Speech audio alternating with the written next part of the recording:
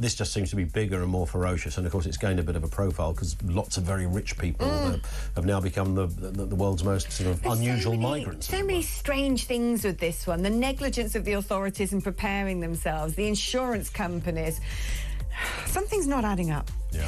Anyway, and it's like I said earlier, kind of follows on all of the floods we've had across Europe and the removal of dams in Europe. And you think, is climate change policy the cause of these disasters rather than climate change itself? Got to get rid of your dams, haven't you, if you want something? Really? I mean, seriously. It's madness. They literally did that, yeah. Right, well, stay tuned. Ian Collins is up next. It's been wonderful having your company. This is Talk, the home of common sense. Bye-bye.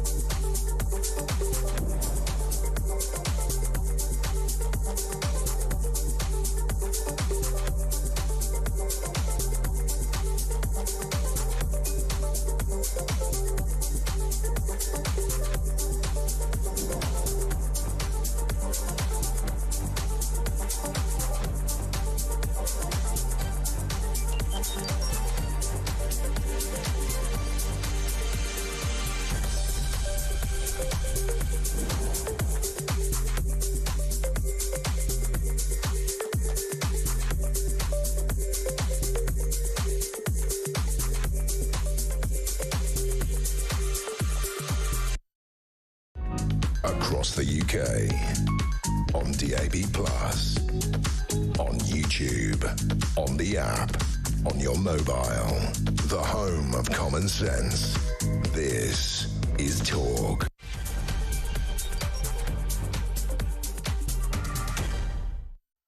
And yes, good afternoon. Welcome to the home of common sense. It's 3 minutes after 1 o'clock. Thank you to Alex. Lots to come. We are, of course, going to follow up the latest on Chancellor Rachel Reeves off to Beijing, with critics accusing her of fleeing to China rather than facing up to the concerns about the UK economy, which is going down the flipping plug hole fast. Details to come. Also this afternoon, Keir Starmer facing a Labour split over his refusal to allow a new national inquiry into historical child sex abuse. Andy Burnham, Mayor of Greater Manchester, is supporting a further investigation. And a couple of stories here. The Bank of England warns net zero policies are driving up energy costs. Who knew? While gas reserves have hit a concerning low, and listen to this, with just a week's worth of supply left as Britain faces freezing temperatures. I was told that didn't matter anymore because we got the windmills, haven't we? And to turn the windmills, they'll give us loads of energy. Apparently it doesn't work out quite like that. Everything you need to know and all the breaking news right here on Talk. 0344 499 1000. Here's a question, and I ask this without tongue in cheek, no mischief intended. I know that the world of economics is a fickle mistress. It will proffer and offer multifarious answers. You ask 6 economists what the answer is to a fiscal equation or dilemma or situation, and you'll get 17 different answers. So it's tricky, I understand. It's complicated. We get that as well.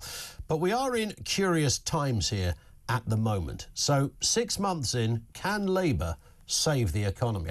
Serious question. 0344 499 1000. Now let's remember, in the world of finance, Rachel Reeves is about as welcome as measles right now. The Chancellor has been in post for 6 months and she's finding out the hard way what the term out of your depth actually looks like. The economy is tanking and reckless Rach taking our finances to places that even Liz Truss didn't arrive at. Rachel Reeves has told Cabinet colleagues to draft alternative plans to boost growth amid concerns that market turmoil is derailing the government's economic strategy and could lead to higher mortgage rate. That is feeling almost inevitable now. So what do you do when the chips are down and the place is falling apart around you and you're the head honcho and charged with salvaging this mess? Of course, you leg it to China. Yes, if you want to rebalance the books, go and chat to the communists. Take a good old fiscal leaf out of the little red book over there in old Chinatown. Government borrowing costs, which have been rising in recent months, climbed again today. The pound, which fell to its lowest level in more than a year yesterday, also dipped as the markets opened. And analysts say it is unusual for those two things to happen together. But they suggest wider concerns about the strength of the UK economy and the issue of the lower pound. Of course, all of this was inevitable. She was told by anyone with half a brain, you cannot tax your way to growth. And before these taxes had even taken effect, the economy is tanking. Labour spent a lot of time telling us this. OK, fine. So how do we get growth? We'll just tax the pants off everyone and everything. That will put the wages up of some union people and we'll take it in that direction. 0344 499 1000. Believe it or not, Rachel Reeves, I mean, despite the fun we had with Rachel from accounts and her interesting CV that wasn't quite what it initially said. She was actually an economist at the Bank of England. I think it was the Bank of Scotland where the issue was. So she's got a financial background, and this is where we come back to that question of, you ask two accountants or two economists the same question, you'll get a dozen different answers. So you might think that when it comes to growing an economy, and bearing in mind, it's not like we're new to this sort of game of the peak, what do they call it, boom and bust. Remember Gordon Brown, no more boom and bust. And we had the greatest bust we've ever had. I know there was a global thing going on, but this is a fellow who was in charge of the economy forever. When finance was cheap, you could write a mortgage application on the inside of your leg. You could get credit whenever you liked. The lollipop lady had a property portfolio. My work experience guy had 19 credit cards. That's how it worked back then. Mr. Brown was in charge when it was the heyday. It was money all over the place. Gordon Gekko was blushing at how prolific we were in just giving out the wonga. Fill out a form for a credit card. Don't worry, we'll just send you the credit card. Spend what you like. Life was good. And then, of course, the whole thing went bust. So you'd think by now, whilst there is no specific science behind much of this, because people will differ on their views, you'd think there would be a settled view. And maybe I'm asking this naively. We'll talk to an economist a little later. A sort of settled view that if you want to grow the economy, there's only one way you can really do it. I mean, there are other factors in a global climate. Clearly, you're going to have other places around the world. We've got Trump coming in. That's clearly had an effect, a bit of a ripple going on in the United States. Some are saying what's happening here is exactly what's happening there. We're reflecting, essentially, what is happening over there, so it could be a little bit of that. Either way, you'd still imagine that by now there would be an agreed route to growth. Might not happen as super fast as you want to. Yes, there will be other components and factors for consideration, but there would be essentially one obvious way. But there isn't. It seems there isn't. There is no one obvious way.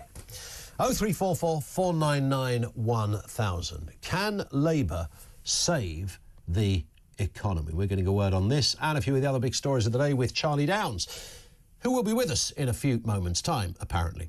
In addition to that, we want your calls and comments as well. You can chip in 87222, and that's where you can leave a voice message as well. If you want to bypass the queues, then get your voice messages in as well. So the wider issue of Rachel Reeves in China, we'll take comment on that.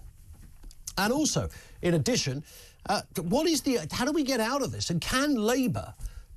will this be the shock that Labour needed in order to get us out of the clear and demonstrable mess we have found ourselves in?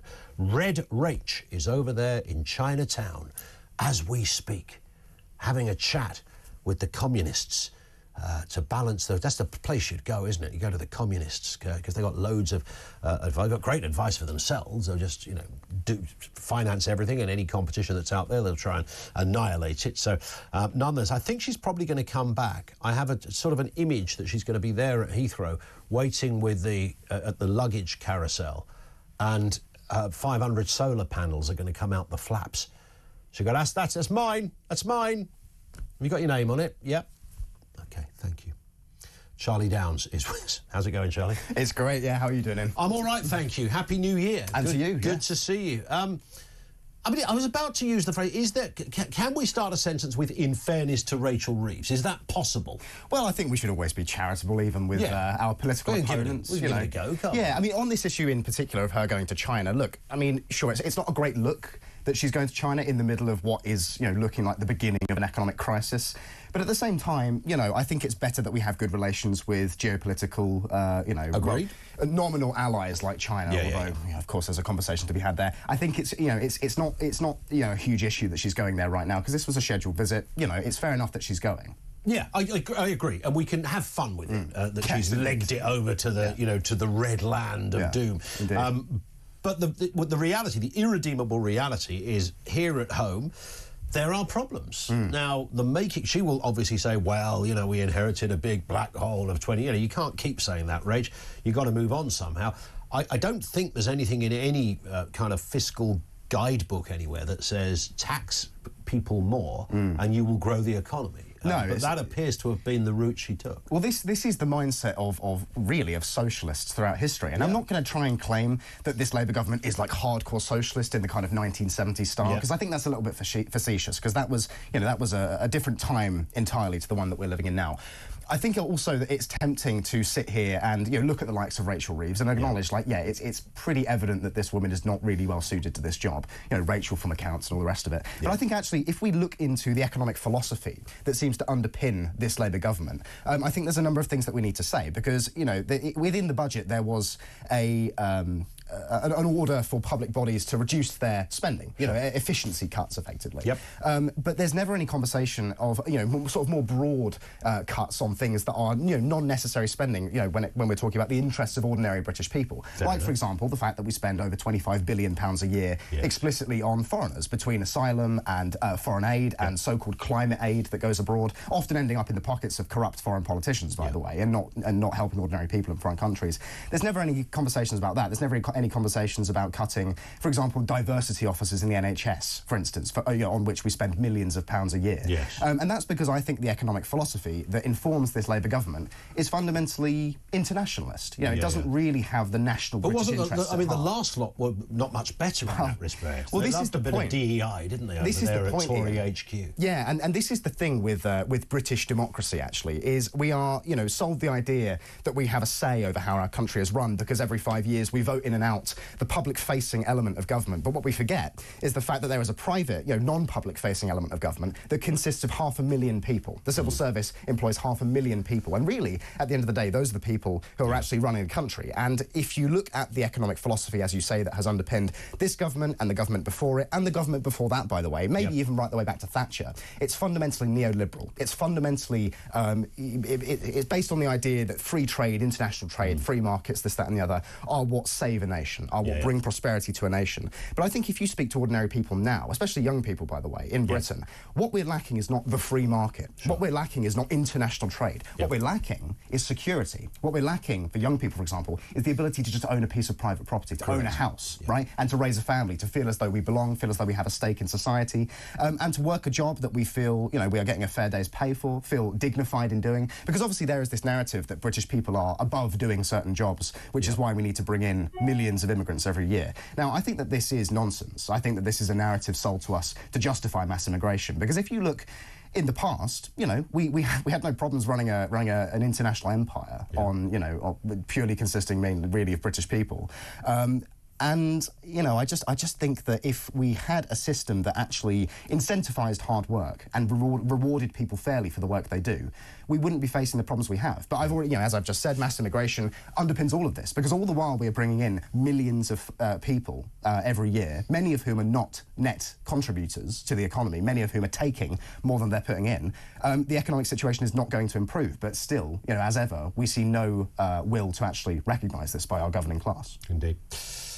Let's move to our next story. Elon Musk pushing to get rid of Keir Starmer before Britain's next general election. He believes Western civilization is threatened. I've seen, I think, Jordan Peterson chipping in on the same point as well.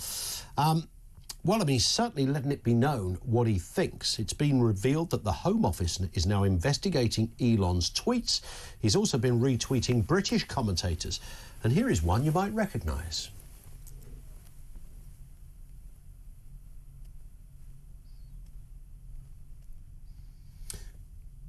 Well, I'll tell you what, let me do it this way. Here's one you might recognise. Sitting opposite me right now, Charlie, that doesn't matter, Charlie Downs is with us. Britain is me. It's everyone that's come before us and everyone well, why are you playing the clip? It's these isles and all of their children. It's everything the way it works, if we English, can't play, you can't Welsh, just play the clip Irish. over me if we are in the middle of talking. So let's lose the clip.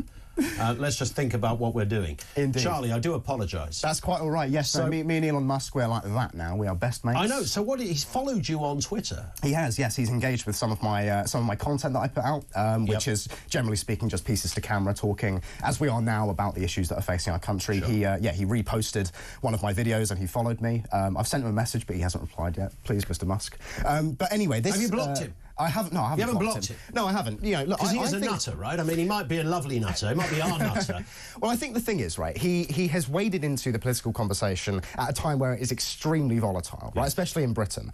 He's somebody who I think, I mean, he is, you know, he has British ancestry, but he doesn't live here. And so I don't think he really recognises the situation in Britain on the ground. Because, you know, for example, with the engagement with Tommy Robinson, Tommy Robinson is a man who has been vilified by the media for decades at this point, and, you know, to an extent perhaps rightly so, because I think he's made a great many mistakes. But the phenomenon that Tommy Robinson represents, as long as it goes unaddressed, which is to say working class communities feeling as though their homes are being transformed in a way they don't like by immigration, I don't think that phenomenon's going anywhere. And actually, I will say this, I think that all the while Tommy Robinson, the Tommy Robinson phenomenon is left unaddressed, we're going to see the emergence of far nastier figures than Tommy Robinson. And so, you know, Elon Musk wading into the conversation and saying that Tommy Robinson should be freed and that he's a political prisoner, I understand where he's coming from with that. But with that being said, I think there's more nuance to it on the ground. Do you think, though, and it's because there are so many facets to this discussion, and I pretty much agree with what you've just said. The problem is he doesn't really know much about Robinson, and you know, Reform's argument is, look, not that Robinson has asked to join Reform, but nonetheless, you know, the baggage on his CV is too great to be in any way mirroring or kind of endorsing this bloke. It doesn't matter. He might be right on that. And I know people like this, you know, they're right on one thing, but they're an absolute menace on everything else. For sure. And you think, so therefore you become an unreliable character or witness. Yeah, and when it comes to actual electoral strategy, right, if Reform were to bring in Tommy Robinson, it's kind of over. Because if you speak to ordinary people, Tommy Robinson he basically represents the furthest right position in British politics. In the minds of ordinary people. Whether that's actually true or not, and I would actually make the case that isn't true. Another matter, Is another matter, yes. But one thing I have been slightly actually disturbed by is the readiness that some British commentators have had for what amounts to foreign interference in our politics, right? And whether that's coming from foreign friends like Elon Musk and Donald Trump and so on, I still think that we, you know, the kind of Brexit spirit that sovereignty is something that's desirable, I think it has to be remembered, right? Because as much as we might like Donald Trump, as much as we might like Elon Musk, actually, you know, Britain's really been a vassal state to the United States since the end of the Second World War. You know, our entire foreign policy, for example, is completely dictated by what the United States does. And I don't think that's hugely desirable. I think that we want to be an autonomous, self-governing nation, and we will gladly accept help from our American friends. But actually, when it comes to matters of domestic policy, it's really, I mean, that's on us to solve. Is there something, I mean, the Musk stuff, I you know, before anybody was really talking about Musk, I was always banging on about this genius character that, you know, but he wasn't known really for his political opinions back then. He was also a Democrat supporter back in the day. Many such cases, lots of them, and then suddenly he sort of found himself in this new position. He put a poll out on his Twitter feed, you know, essentially asking, you know, do you need America's help to sort of unseat this government? I mean, is that a wise place for someone to be who's about to become, you know, almost the right-hand man to the president? Well, look, I mean, you know, as much as, like, as you said, Elon Musk has followed me on Twitter in the last few days, which is, you know, a really surreal kind of experience. But we have to remember that social media is not real life, right? You know, I know people, I have known people where this kind of attention goes straight to their head. And I've been sort of sitting here for the last few days, being like, okay, look, it's very cool that Elon Musk has followed me, but it's social media, right? It's not real life. And the same rule applies to this poll that he did. It's just a poll on social media. It's not, you know, this is not international policy making. That's a very good point. That is a very good point. I'll raise you a J.K. Rowling and an Alan Sugar on the celebrity follows, but I think you might still be carrying gold on this one. Well, hopefully. Certainly at the moment. Yes. I mean, I don't know, maybe in a couple of years' time, Musk will be in jail or something, along with, you know, somebody else. Who knows? Yeah, who was it? Was it a German politician who was calling for his arrest, or was it Macron? I think it might have been Macron was calling for his arrest. That's the kind of thing, like Macron, maybe Trudeau, I don't know, those kind of characters. Cohort of globalist leaders, only I sort of missed Jacinda Ardern in that respect, actually, because she did make up the triage of doom. Yeah, well, although we have had Keir Starmer now come in to fill her place. He's filled the gap nicely. Indeed. We will take a brief pause. We're back with more from Charlie Downs in a couple of moments' time. Lots to talk about. Andy Burnham backing that grooming gang inquiry, and Home Office figures show the highest number of returns in 6 months since 2017. We'll have a look at that as well. This is Talk.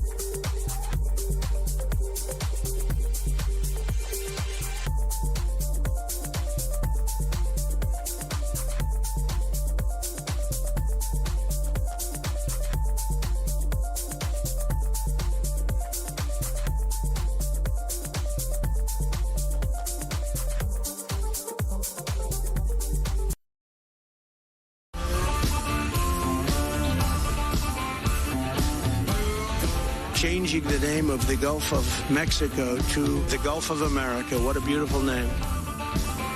The Panama Canal is vital to our country. It's being operated by China. China.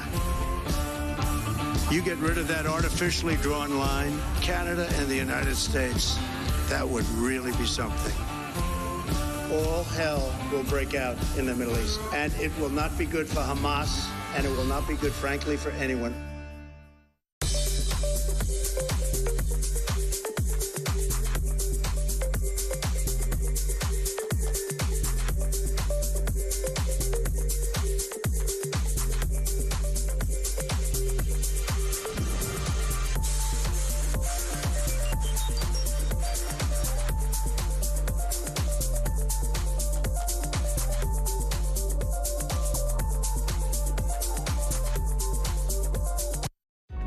Across the UK, on DAB+, on YouTube, on the app, on your mobile, the home of common sense. This is Talk. This one comes in from Ted, who says, all the Labour Party and its officials, councils, how many are running EV cars? How many have installed heat exchange heating? In other words, under Ed Miliband not using petrol, diesel or gas, I'm waiting, still waiting. There must be at least Green Ed waiting. It's very quiet. The TSB party, still the same. Do as I say, not what I do. TSB, tax, borrow, spend. At least the party has never changed, says Ted. Yeah, I think there's something in some of that. We've got Charlie Downs in the studio with us. Let's have a look at a couple of other stories here as well.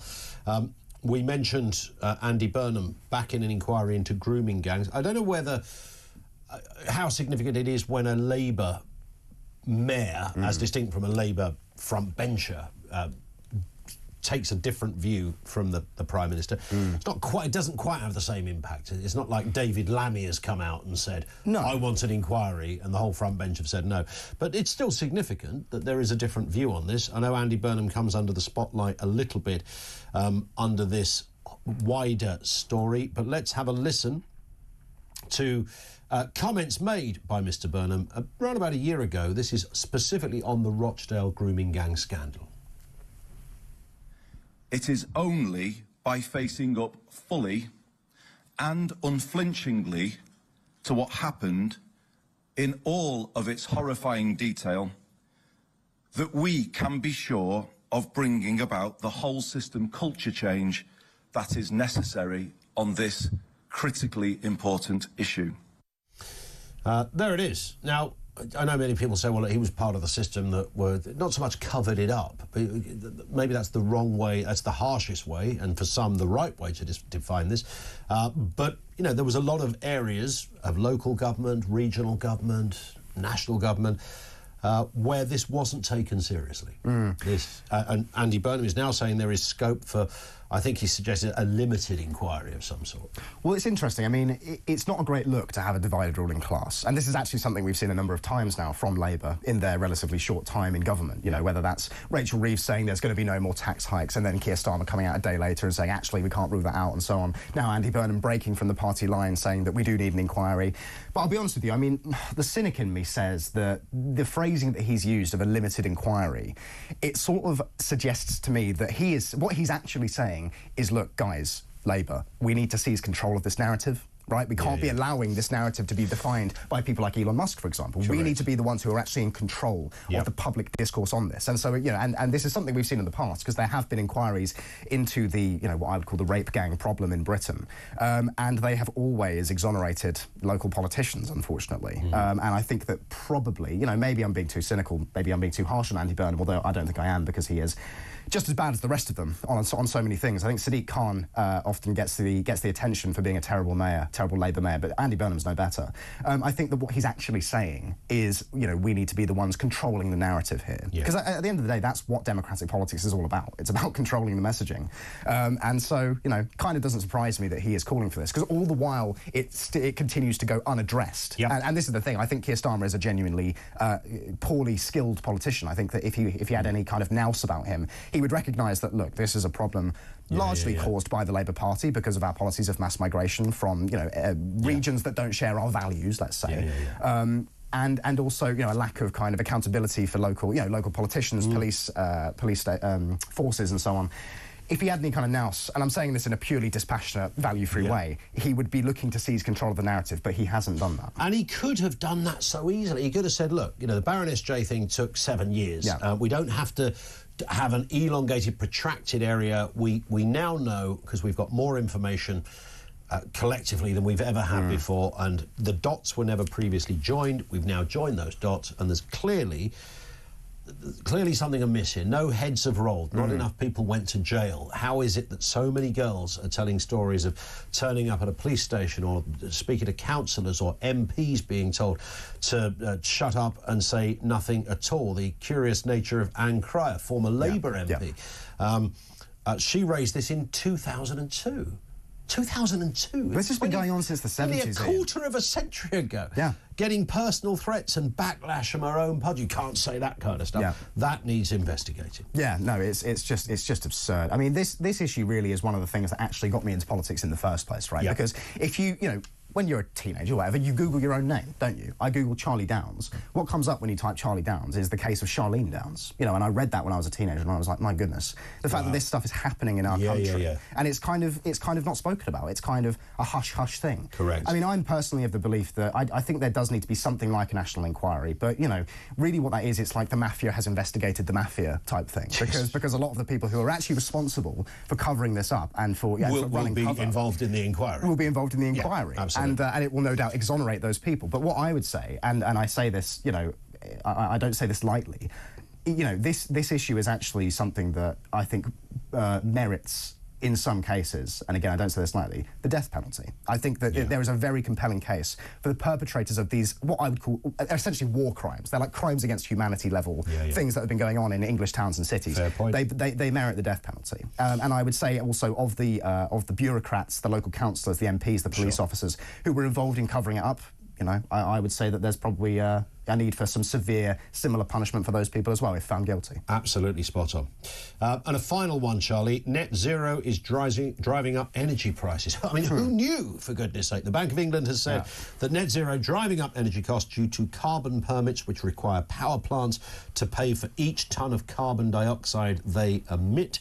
So much for net zero making bills cheaper. Let's have a listen to Labour and Ed Miliband, because, of course, they pledged to solve the energy bill crisis before the election. Here's what Ed Miliband had to say. This is such an exciting development because it's saying to people who are buying a home that it will be guaranteed that you will have zero bills for at least 5 years, and that's a combination of heat pump technology, solar panels, battery technology. And it's so exciting because with Great British Energy, our new publicly owned energy company, if Labour comes into office, we'll be seeing more of these homes coming into being. And what also it's all about is tackling the cost of living crisis, and that's what Great British Energy, with our biggest investment in homegrown clean energy in our history, is all about doing. And make sure, what is a house going to look like in Ed Miliband's world? It's got a massive heat pump bolted onto the back. Its roof is full of solar panels. There's a windmill coming out the chimney. I mean, it's a bizarre setup. Even if some of it, great if you can get free bills. Who doesn't want free bills? But it's costing a lot of money at the moment, and the Bank of England are recognising this. Well, do you know what? I think there are, broadly speaking, three types of politicians, right, in Western democracies. There are those who are just running purely on instinct, and I would count someone like Trump in this, okay? He's not an ideologue, he's just running purely on what his gut says, and I think I think that's actually quite admirable. There is the second type who is just a pure kind of Machiavellian pragmatist, Blair, for instance. And then there is the third type who is the true believer, the kind of, average IQ, fairly uninspiring figure who actually believes the nonsense that they say. And Ed Miliband is an example of the latter. I have it on good authority. I've spoken to front-bench Conservative MPs who are, talking to this guy on a daily basis, and they see it in his eyes. He is loopy. He believes all the stuff he says. He believes all this nonsense about net zero. He believes the climate narrative, which, look, to be clear, I think that environmental protection is incredibly important, right? I think that, for example, British Isles are a beautiful garden that has been cultivated over centuries by our ancestors and has been handed down to us to be maintained. And so I think this idea that we carpet over the countryside with, you know, whether it's wind farms or solar power or housing even, I think that's not desirable. But actually Ed Miliband doesn't seem to be thinking in that way, because what he's buying into is the kind of international climate agenda pushed by organisations like the World Economic Forum,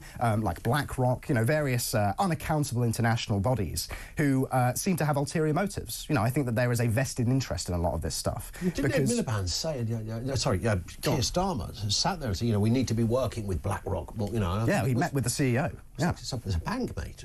Why do you need to be working with them? Yeah. Well, I mean, I'm not suggesting you don't meet powerful people. You do it all the time. Yes, of course. But the idea that you made a special kind of announcement about them. Well, it's a revealed preference. It reveals the true face of this government, because the mask of this government is for the people, working class, fighting for the ordinary person. But the face of this government is Larry Fink. It's sitting down and meeting with these unaccountable asset management, multi-trillion-dollar organisations that couldn't care less for the average British person. They're more interested in buying up our farmland, buying up our housing, buying up as much of our business as possible, which is actually what this government is facilitating by making taxes so high, by doing all of this net zero nonsense that they're engaged in. What they're actually doing, it's in no way in the interest of the environment or ordinary people. What that actually does when the rubber hits the road is it makes it easier for international, unaccountable finance firms like BlackRock to just buy everything. Charlie, we hit the clock. It's been great. You can follow Charlie on social media like Elon Musk did. We should add. Yeah, well, if he's following me, you know, maybe you should if Elon Musk can follow Charlie Downs, you can follow Charlie Downs as well. Good to see you, Charlie. We'll speak again very, very soon. We'll continue talking about Labour's woes and the economy. We're going to speak to Helen Thomas, former advisor to George Osborne when he was Chancellor. And also Maxwell Marlowe is with us. The Economist always has a big view on these things. And the question we're throwing out to you, and I promise you, not tongue-in-cheek, genuine question, 6 months in, because that's how long they've been there, can Labour save the UK economy? 0344 499 1000.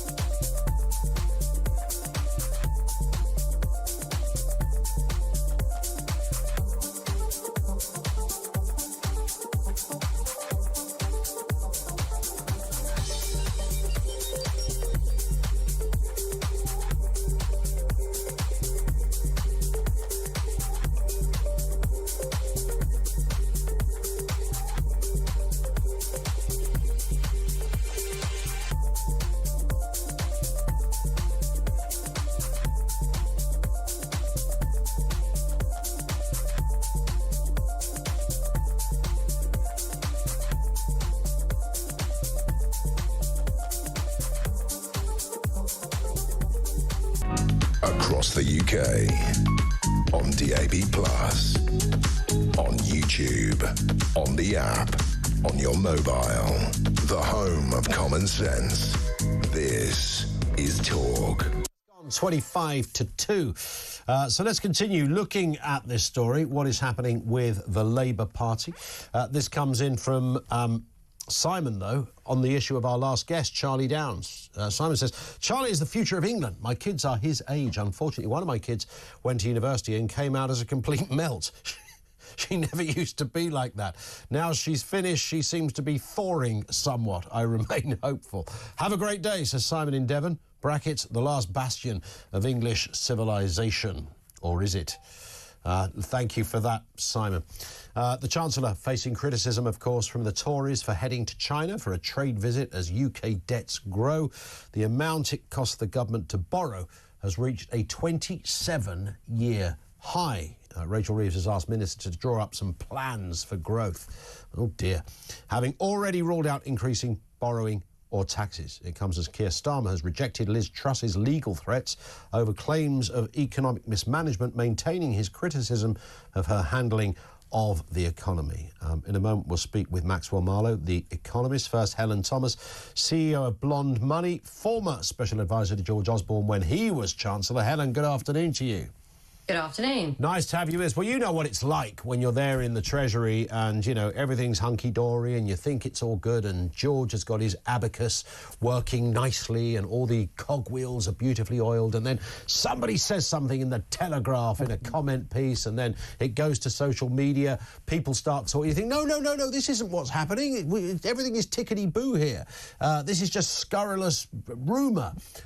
We're doing rather well. I'm sure that would sort of be Rachel Reeves' response right now, that we're on target, we're on course, nothing to see here.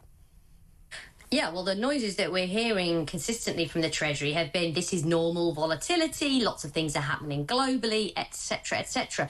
But I think characterising it like that is a huge mistake and a huge misunderstanding. If the Treasury don't get the grip of what's going on, then that's a serious problem. Because here's the thing, I've worked in both markets on a trading floor, I've worked in politics, and here's the thing, markets are fundamentally reassessing the price of UK government debt. This isn't some scurrilous rumours or media nonsense. You know, this is reality. Do you sense that the government are in real trouble?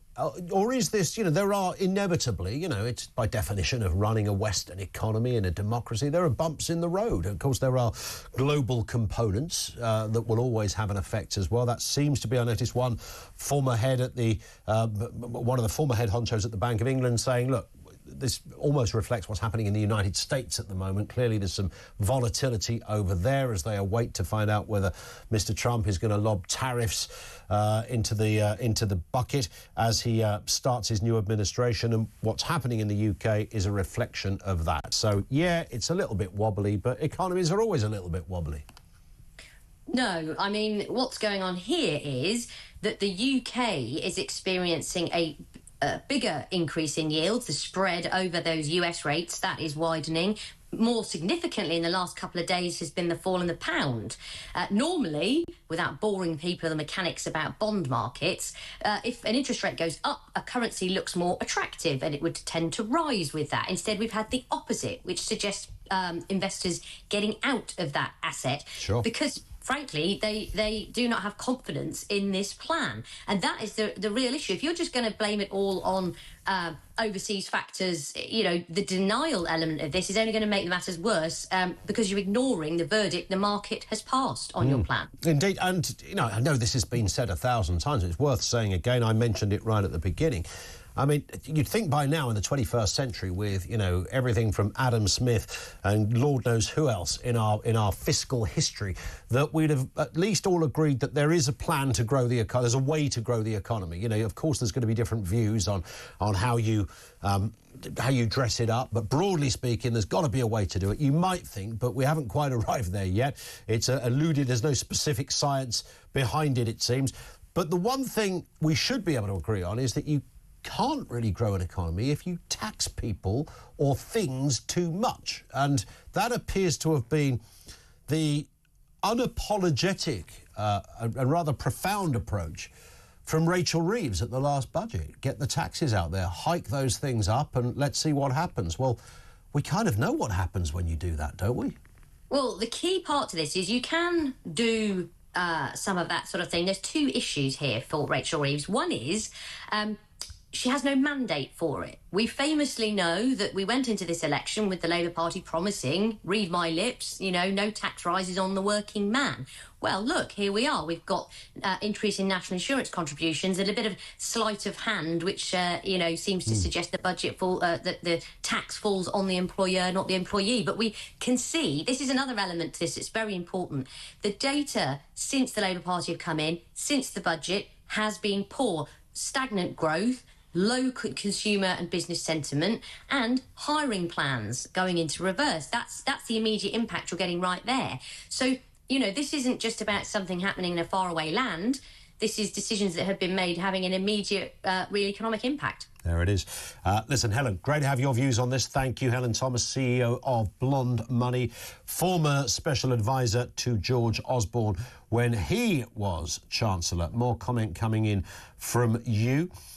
This from Jackie, who says Labour will crash the economy due to economic illiteracy and ideology. We will end up as a banana republic. The markets have lost faith in the government strategy. How do you think citizens feel? In the words of Dad's Army, we're all doomed. And I sense that too. Ian says Reeves has again smashed the glass ceiling as she's the first female chancellor to crash the economy. Beautiful. Let's get a word with Maxwell Marlowe, economist, on this. Maxwell, afternoon to you. Are we all doomed, to quote our last messenger? Ian, it's great to be speaking to you. Hello, everyone. I don't think we're all doomed, but this depends heavily on what the Chancellor does next. Right. Let's step back, understand what's happening. We have a gilt crisis, essentially, very similar to what happened in 1976, a debt problem. We can see our 30-year gilts, which are on long-term borrowing options. That is now as expensive as it was in 1998. So we haven't seen anything this side of the millennium quite like it.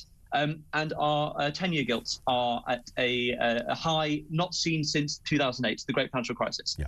This is because investors are losing confidence in Britain. Taxes are way, way too high. Why invest if you're not going to see that return, if it all gets carted off to go into government waste? So what Rachel Reeves has to do at the next budget is cut taxes, slash the size of the state, deregulate, and get people in to invest. I'm a bit concerned she won't do it. They, of course, they being the government, tend to point to sort of global components to what is happening. Former Deputy Governor of the Bank of England said that what is happening to long-term yields in the UK reflected what was happening in the United States. So this is maybe, I extrapolate from that this is a bit of a blip until Trump's got his feet under the table, then everything will pan out again. Is that as far as you know, does that make financial sense, what Sir John Geeves said here? I would take it with a pinch of salt, to be honest. We can usually see with these institutions, they do like to blame everyone but themselves, of course. I mean, look at the inflation crisis we suffered over the last few years. They said, oh, yes, well, it's all to do with Ukraine or whatever, or the leftover of COVID. They never mentioned the massive amount of money printing and inflation that they forced down the throats of British people that, just caused a ginormous crisis. Never mentioned. Didn't want to talk about it, right? Which is why we see Rupert Lowe, by the way, Reform MP for Great Yarmouth, proposing that we ban quantitative easing in the House of Commons this week. It was an excellent bill. Yep. But if we look at America, it's uncertainty. And it's the same thing here. Investors are uncertain about the future of Britain. Your last, speaker, Charlie Downs, the one before, was talking about how expensive energy is at the moment. We've lost our manufacturing sector. We're not exporting as much as we should be. Therefore, the pound is suffering. So this isn't just a blip. This is a long-term trend, and I'm worried it's going to keep going if we don't change our ways. The one thing that most people seem to agree on, whether they're sort of from the left or the right, is that regardless of what happens going forward, in the short term, it's going to be a pretty bumpy 2025. Mm-hmm. Absolutely, yes.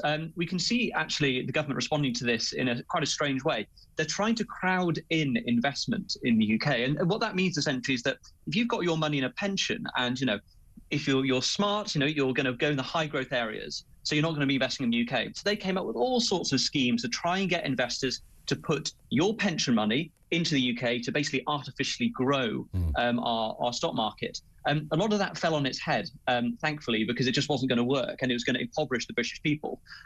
So essentially what we can see, it's going to be a really hard couple of years, I think, going forward. So be wary about that. But in the long run, hopefully, if the right decisions are made, we'll see a big change. Finally, if Rachel Reeves was sitting here right now, you're an economist, Maxwell, what would you be saying to her? What's the first thing she should be doing to get out of this mess and at least see a scintilla of light when it comes to the economy? Drill, baby, drill is what I'd say. Unlock fracking, unlock the North Sea, get those energy costs down. That is the most important thing you can do. 228 times, that is the cost of energy relative to sort of what we were experiencing, a couple of decades ago. 228 times more expensive. So let's get that energy up to superabundant levels, and then we'll see ginormous amounts of growth coming out of that. Yeah, and in the meantime, we'll let Ed build some windmills if you want. Why exactly. not? Listen, Maxwell, thank you. Maxwell Marlowe, the economist, with us here on the programme. Great. I think it's the first time we've spoken to Maxwell. Great guest as well. Drill, baby, drill, is what he said there, reflecting the words of the next president of the United States. 0344 499 1000. That is where you'll find us. Can Labour save the economy? Is this just a firework up the trouser leg of the Treasury that will move them, will shock them into some kind of action? I don't imagine Ed's going to start drilling, though. There's the downside. Our lines are open. This is Talk.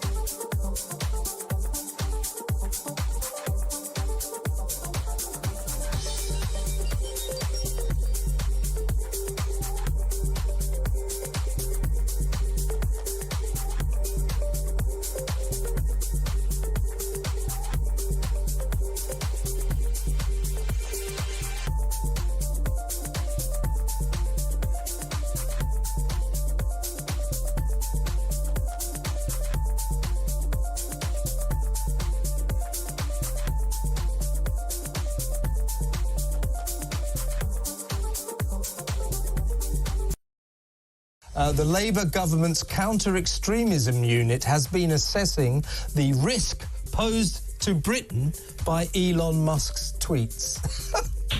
What do you reckon of that? This is so fun. I mean, it's almost funny, isn't it? He's laughing. I love that. The risk posed to Britain by tweets. Unbelievable, unbelievable. That.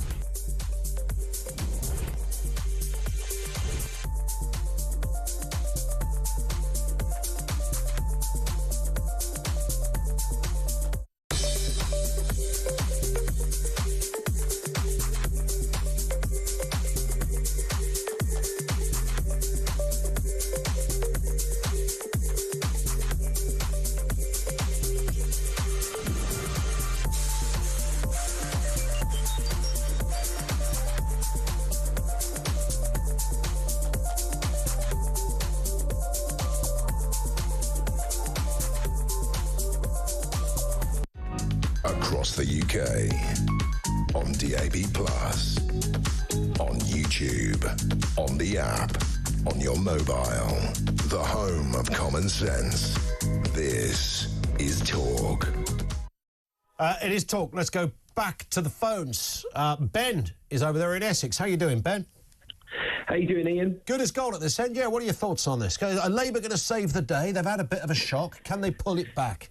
Not under Rachel Reeves or Keir Starmer, I don't think they will. I mean, this word they keep saying, this buzzword, stability. Oh, I love it. It drives me insane. I mean, common sense again. If you want stability, let's put more money in people's pockets. Let's lower taxes. Let's drill. That'd be the way. Let's scrap all this green agenda nonsense that is doing nothing apart from costing us more money.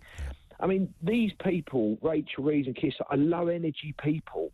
And to me, I think they're communists. I mean, they can't be that stupid to say we're going to bring stability and then raise taxes. Let's lower taxes. Let's entice businesses.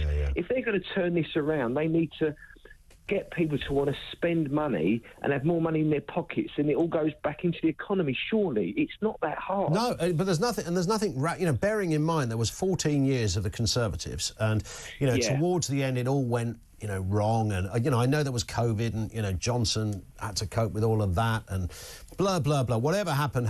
But you'd think that whoever was waiting in the wings would be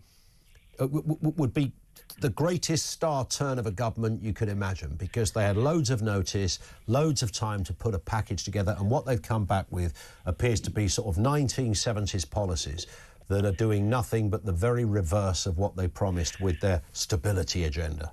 Exactly, and the thing is, there's no kind of excitement or optimism, is there? It's just we need stability. Yes, correct. Stability. Yeah, we want growth. I mean, say what you want about Trump. When he stands up, he says, we want growth. It's going to be the best, exciting... Unbelievable. And at the moment, a lot of Americans, even if they weren't natural Trump supporters, are excited because they're feeling like, wow, something different's going to happen. Finally, someone's got our back, someone talking the language of ordinary people.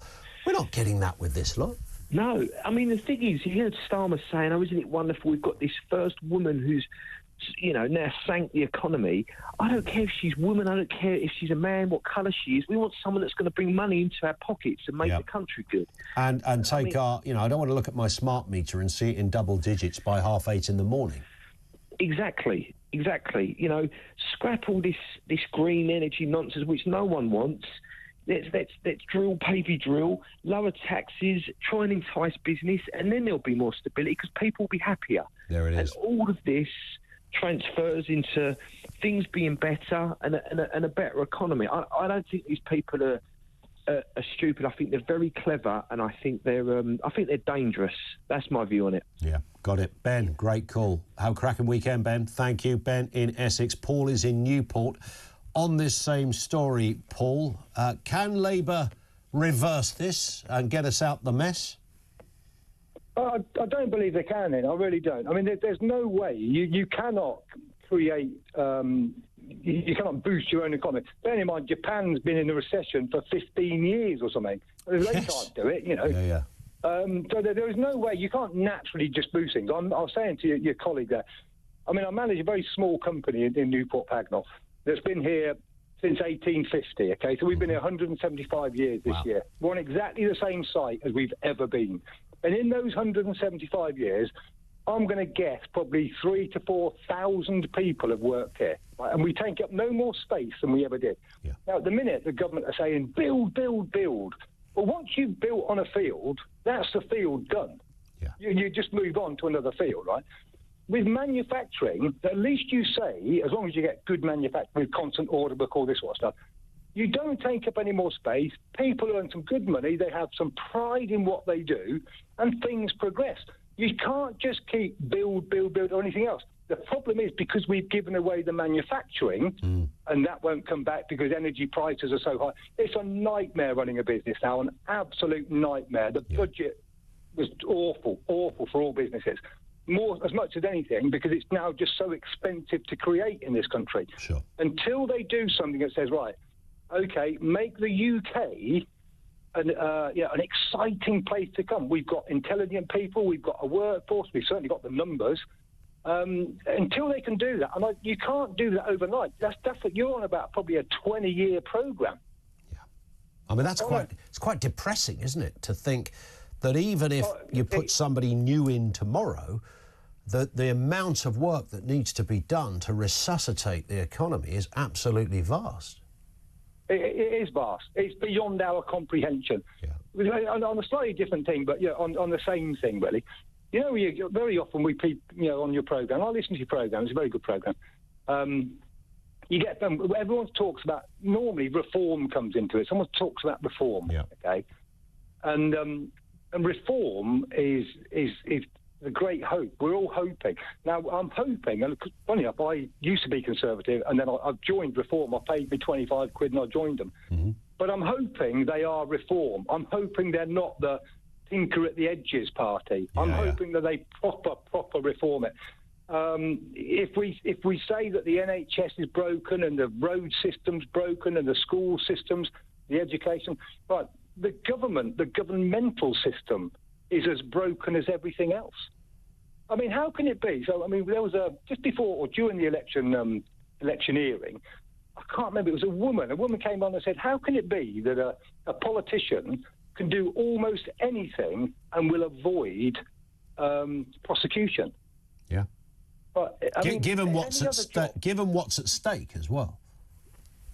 Absolutely. The one thing I think, like so many people, I'm really, really hoping that Reform go for it in a big way and look to really change everything. I do think, though, Ian, I think they need to be prepared that times will get tough.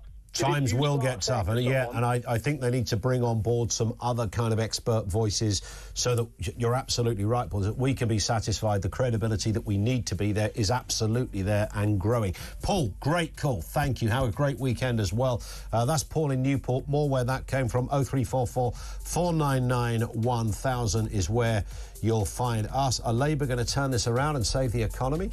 Your wider thoughts on their fiscal plans of what they're doing. Alicia Fitzgerald is going to join us in the next section for a bit of a chat as well. 0344 499 1000. Lines are open. Let's get the news at 2.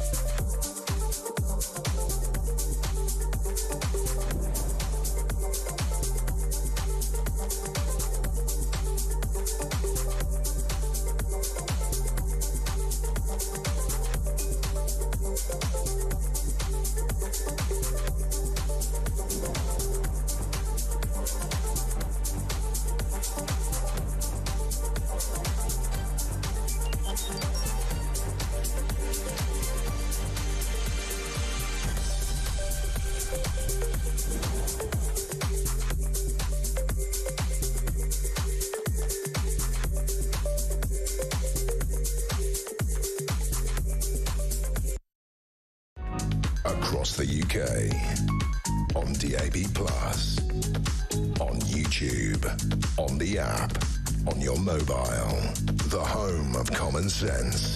This is Talk.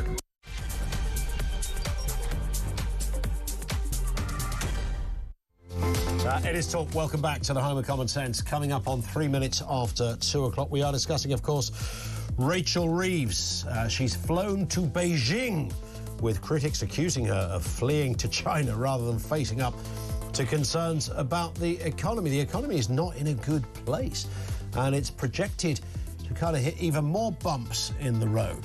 She says she can turn it around. Do you believe her? Can Rachel Reeves make this happen?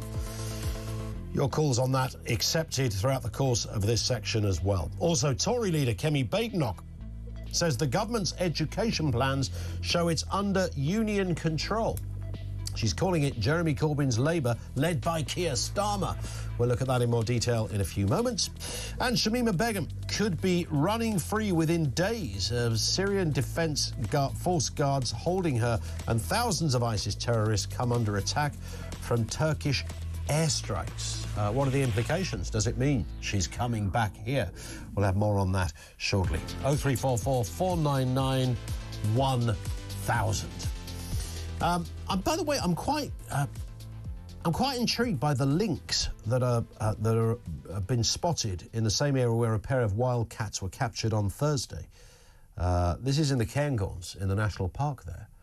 I mean, I quite like a lynx. I don't know a lot about the lynx, but it's like a big cat, but it will kill you. Is that is that roughly what it will do? It'll take your face off, that's for sure, if you look at it the wrong way. No, it's just kind of like a smaller, leopardy thing, but a bit smaller.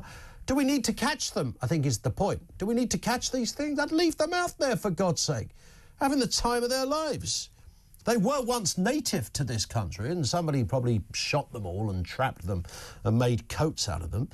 But Police Scotland have warned members of the public not to approach the animals. And so, I mean, who would approach it? You'd have to be absolutely half-cut, wouldn't you, to come out the pub and go, oh, look, there's a lynx over there. I'll go and try and stroke it. Meow. Throat gone. Don't approach them. They're working with specially trained personnel to try and capture them. Let the lynx roam free, I say. Beautiful, lovely bits of feline kit is your lynx.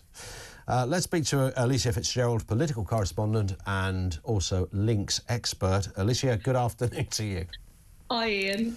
Who doesn't like a lynx? I mean, come on. Let these little beasts roam and have some fun. You see, I was thinking that, but when you just said, oh, you'd have to be basically really dumb to go and stroke it after you leave a pub, I did kind of think I'd probably do that.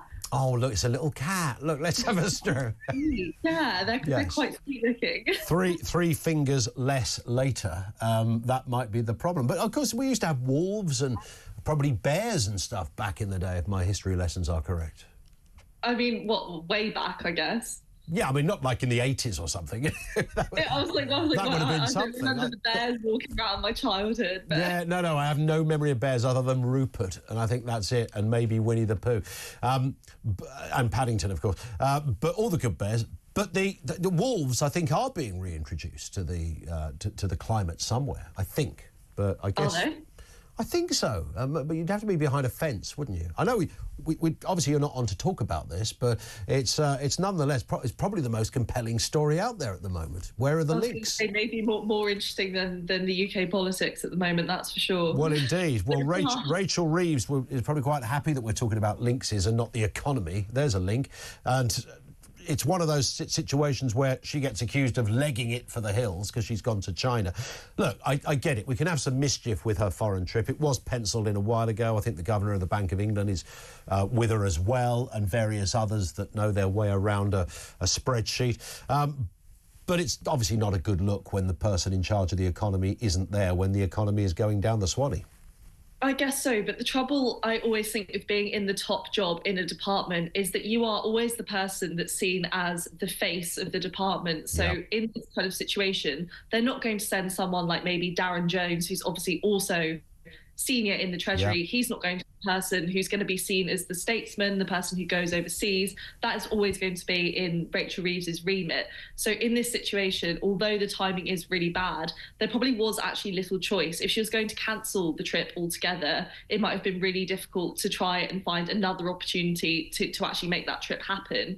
And then she would have been in other sorts of difficulties. So I do think that is always the curse, I suppose, of being the person at the very top of the department, because even though you have a team of people below you, these kinds of things are always going to be in your remit. Yeah, absolutely right. And it's going to be a tough time, right? I mean, even if, you know, Labour, and they will obviously claim they have a grander plan, inevitably they are talking about global components that are out of their control, particularly what's happening in America. But it's safe with us, will say Rachel and Keir. But either way, even if that turned out at some point to be the case, it's not going to happen next week, is it? You know, there's going to be rough times ahead for the Treasury. Yeah, absolutely. And I think Labour have said that from the start. They've said that this is going to take some time, and that is something that lots of the public have not been particularly happy with. And I think the reason for that is just because of the political context. People are really fed up, and people are quite desperate at the moment compared to maybe 10 years ago, say. People just want something to change now, and lots of people can't afford to wait, I suppose. So I think that's why the likes of more anti-establishment parties who are maybe making those quicker promises is more appealing at the moment than maybe it would be. I think, you know, give a different economic and political backdrop and tell people, oh yeah, we have to wait 5-10 years for something to get better. Lots of people would be okay with that because they are already baseline level fine. But I think when you're saying to people who are really desperate and really struggling, oh well, hold on a little bit longer, it's really hard for people to hear.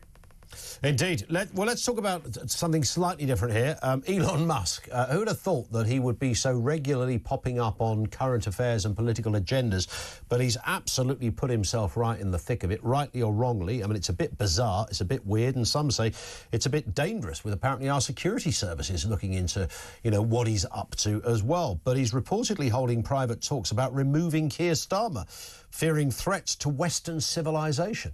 I mean, is it that bad that Mr. Musk, the man behind Tesla and rockets, has got to try and unseat a democratically elected government, even if you don't like them?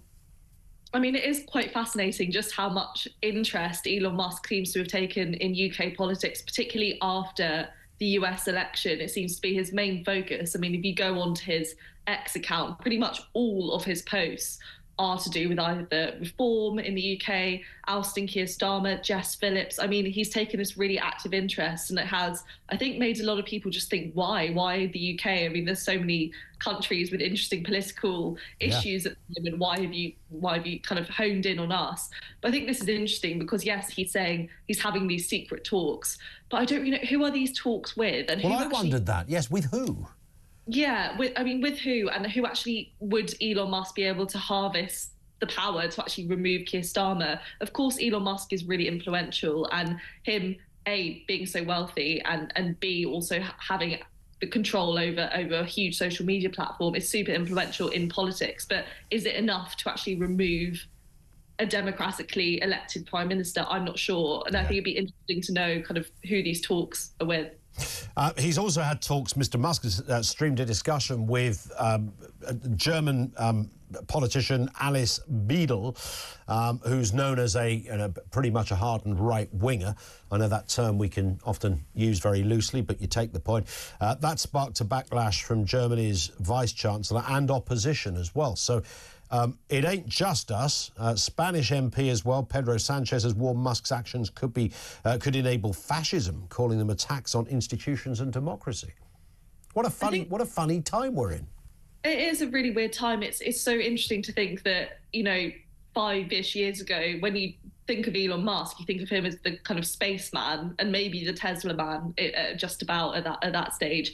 And now he's this really political figure, not just in the US but globally. I mean, he seems to be more of a political commentator / campaigner at the moment than he is anything to do with his kind of tech and space endeavours that he became so well known for. So I think it's really interesting how he's pivoted that way. He certainly has. And this, Britain is back under union control, says Kemi Badenoch. Teachers could strike as union rejects what they call an insulting 2.8% pay offer.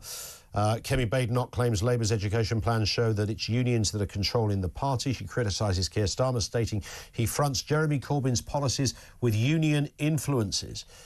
She opposes, of course, Labour's child wellbeing and schools bill, which could restrict academy freedoms and teacher pay, as Labour look to sort of bring that back into central control. Although it was Blair's idea, of course, originally with those academies, that they should have their autonomy, as it were, much like a private school would. Yeah, I mean, this is just going to carry on probably until the end of time. As a rule, the Conservatives and more rightward-leaning parties think that caving to the unions, as they'd say, is just only going to fuel further demands for pay that the government just can't afford. But Labour, obviously, traditionally, are more of a union-run party, and they always think that the best solution is, if a public sector is asking for more money, you give it to them, because they are kind of the pillars that hold our society. And that is an argument kind of as old as time. Yep. The growing issue with strike action had been getting so out of control over the past few years. Something had to happen, whether you agree with paying them or not. There had to be some kind of action taken, because there was this weird feeling towards the end of the last government that just nothing was happening. It was just getting worse. I mean, the government ended up not being able to have constructive conversations with the union leaders. The union leaders then demanded even more. It just was getting a little bit out of control. So whether this was the right decision or not, there had to be some kind of action taken. I think everyone would agree with that, because the strikes were getting beyond. It's just it was just crazy, wasn't it? It seemed like we were back in a weird time when everybody was downing tools. Just a very final one to finish on, Alicia. Keir Starmer claiming that he's found the ultimate deterrent for immigration problems, record migrant deportations. He's saying under his time in office, 16,400. He says that's more effective as a deterrent than schemes like Rwanda. I think it's a little bit wobbly on that equivalence that he's drawing there. And I would imagine if under 6 months in office, if 16,000 people have been deported, a good chunk of those, the case would have been already in the system by the time they reached office, because these things don't take like a day to process. They take months and sometimes years. Yeah, no, you're absolutely right. I mean, and as we very well know, these things have been taking years and years. I mean, that backlog that has been piling up and up and up, that we've heard so much about over the past kind of year or so, I mean, that's accumulated over years. So, I mean, all of this takes a really long time. I think what's interesting, though, is like the term deportation, because that was often used when talking about the Rwanda scheme. It was, we're going to deport migrants to Rwanda. So I think to try and kind of draw a parallel and say that what you're doing is very different to the Rwanda scheme, I think maybe a different choice of language. Yes, I think so.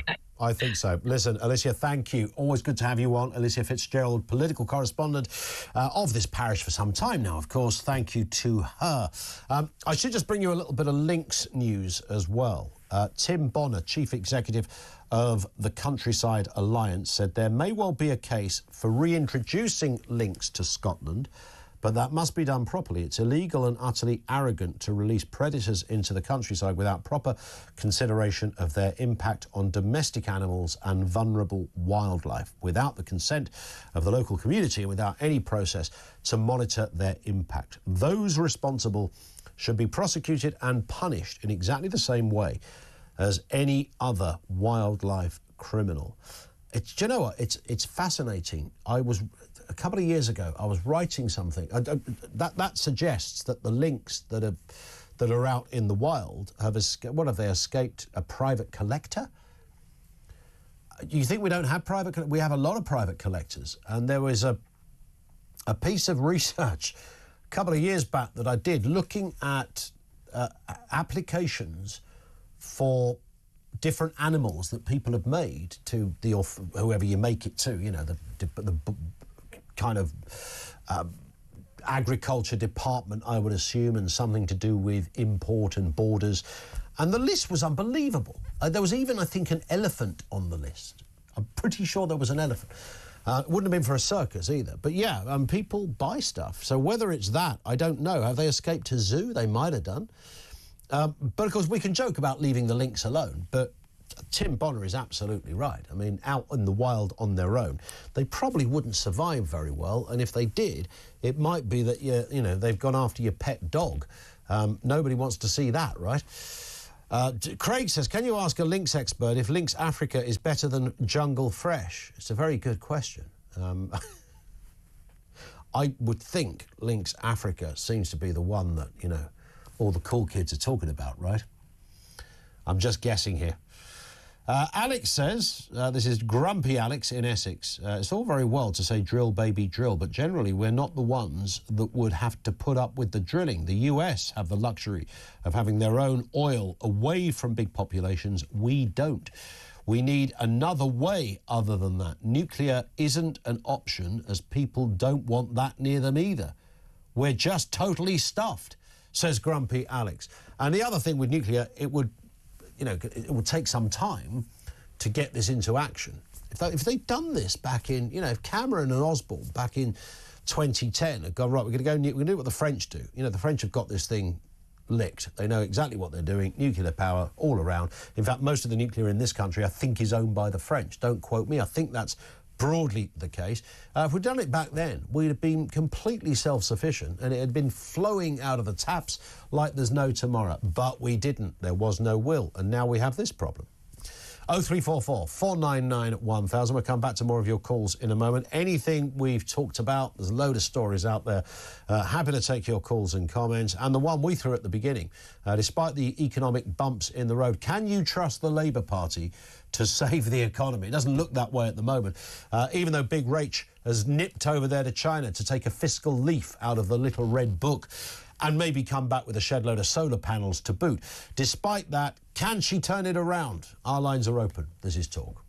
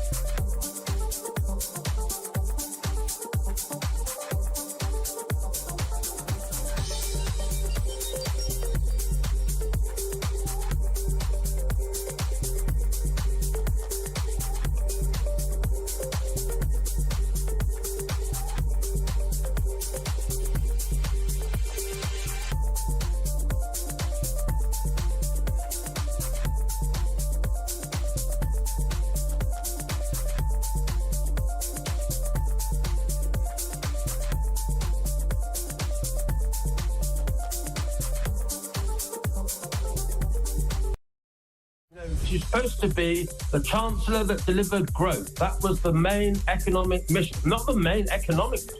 It was supposed to be the main mission of this Labour government. But it's going all very badly wrong, isn't it? And so I think it's a combination of things. But, of course, the big thing was the massive increase in taxes that she introduced in her own budget. And I've been talking to Labour people in the last sort of day or two, Alex, and they do not now think that Rachel Reeves will survive.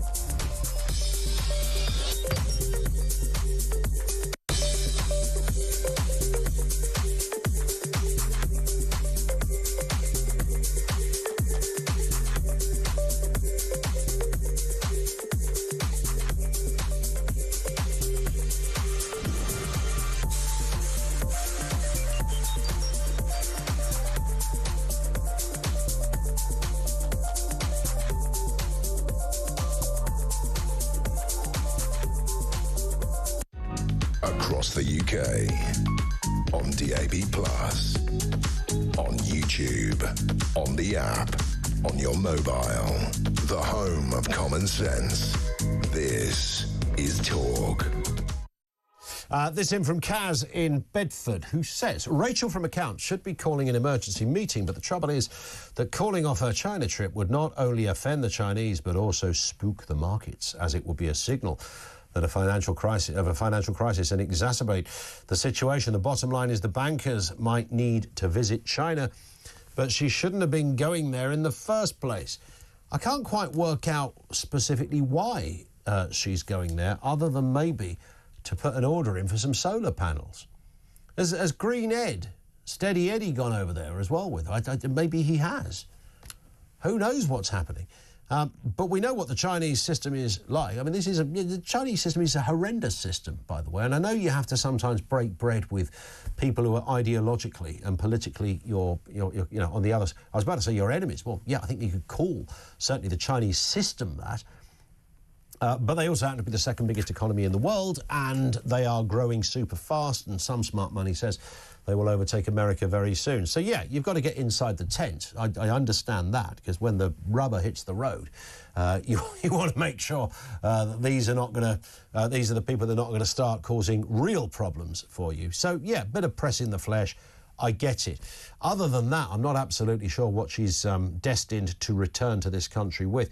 But she has got a big problem. And even if you wanted to be massively generous and say, yeah, I'm a Labour supporter, it's not her fault. She's only been there 24 weeks, for God's sake. You can hardly blame her for... Well, you kind of can, because she had a budget that was just woeful. And anyone with half a brain could have gone, well, you don't really grow economies by lobbing up that many taxes. And that's what she did. £20 billion black hole was the usual quote that we got in response. Thoughts on that? Mike's in Warwickshire on economic matters. Mike, what have you got for us? Afternoon to you. Good afternoon. Just listening to your comments about it, which is pretty much on the money. This was a government that came to power with the idea that they had a fully funded ideas and all this, that and the other, and we're going to get growth, and we know exactly, we've got a plan. All we've got to do, get the playbook out, start playing the piano. That's the one. Yeah, simple. So that's what they claimed. And they come out with this very strange budget, which was very odd. And then you ask bureaucrats what they think is a way forward to create growth. Yep. You don't listen to the people who create the growth, the entrepreneurs and the No, don't do that. That's too sensible. Right? Exactly, right? So you think, oh, okay, so you've decided to go and ask the other person in the call centre where you used to work the best way forward.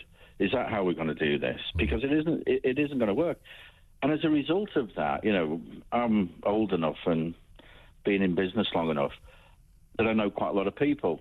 And there's quite a few people who, come the end of March, are shutting their businesses. Wow. Because they're just saying, we can't make this stack up anymore, because the cost of employing people, especially in the poorer areas, and this is what Rachel in accounts forgets, right? In the poorer areas, where houses, you can still buy a house for £60,000 or £100,000, which you can't do in London. Sure. The minimum wage, you can live on it, where you can go out for a pint for £3.50, a pint or whatever, right?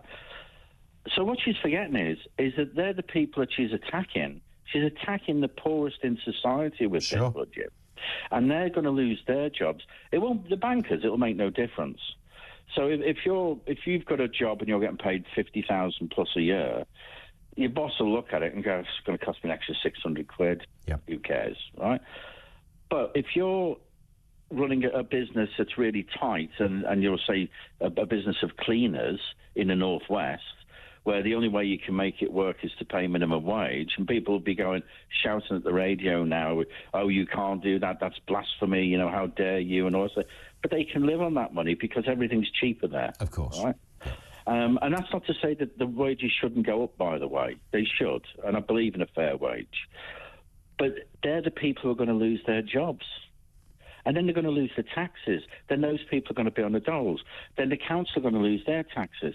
So all that money she reckons she's going to save by having all this, I'm going to save all this money, I'm going to make all this extra tax, I'm going to save money by making pensioners cold and making sure we don't have any food security. All this money she thinks she's going to save, and all this, she's going to blow it because people are going to be on the dole.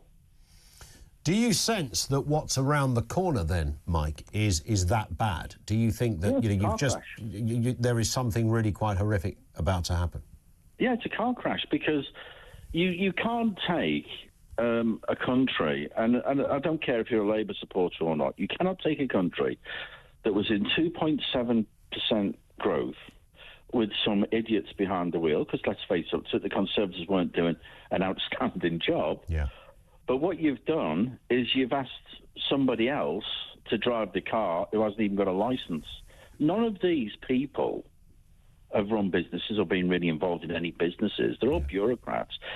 And you put a barrister in charge who is completely and utterly ignorant to anything that's said to him that he doesn't agree with.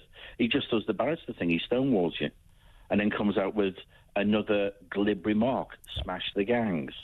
Oh, yes, the pillars of this. Got to smash the gangs, though, Mike, you know. It's important stuff, obviously, you know, to smash the gangs. And I don't know if you've heard it, but that's what Keir Starmer says he's going to do. He's brilliant. Incredible, but I think what he's actually done is smashed his pillars. Yeah. So the pillars of growth. Well, yes. I mean, if you tax people out of their pants, you tend to smash the pillars of growth, right? And everybody, it doesn't matter who it is. You know, you look at your... you know, you're kind of, even if you're in a good position. I was doing the old accounts the other day because it's that time of year, and you look at it and you think, wow, how, you know, even if you are doing all right financially, you look at the percentage of your money that is going in just general, you know, things, and you suddenly realise just how tricky this place is in terms of costs. And I think our first guest talked about energy being something like 290 times more expensive than it was, you know, not that long ago, relatively. Well, we have the second highest number of high wealth people leaving the country. Yeah. Now, people, again, they can shout at the radio, they dodge their taxes, they do this, they do that. But they do, even though I would agree with them in that everybody should pay a fair share. But they do, with the bit that they pay, still pay a lot more than somebody else. Yeah. So collectively, that group of people pay a massive amount of money to the Exchequer every year. Correct. And people are like, well, let's hate them anyway. Well, you can, and they'll go, and then you'll be poorer for it. That's right. What do you want to do? You know, I call him Self-Harmer Starmer, because he's all he seems to do is harm himself all the time. Yeah. Every time he opens his mouth, it's like he pulls the trigger on himself. Yeah. Well, I don't understand. I mean, in so many areas, whether we're talking about the economy or grooming gangs or immigration, whatever it happens to be, it's quite clear that Starmer isn't very good. He's not a good politician. He was probably a better lawyer, I would imagine, but he's certainly not a very good politician. I don't know who's advising him on stuff, but it's pretty woeful at the moment, right?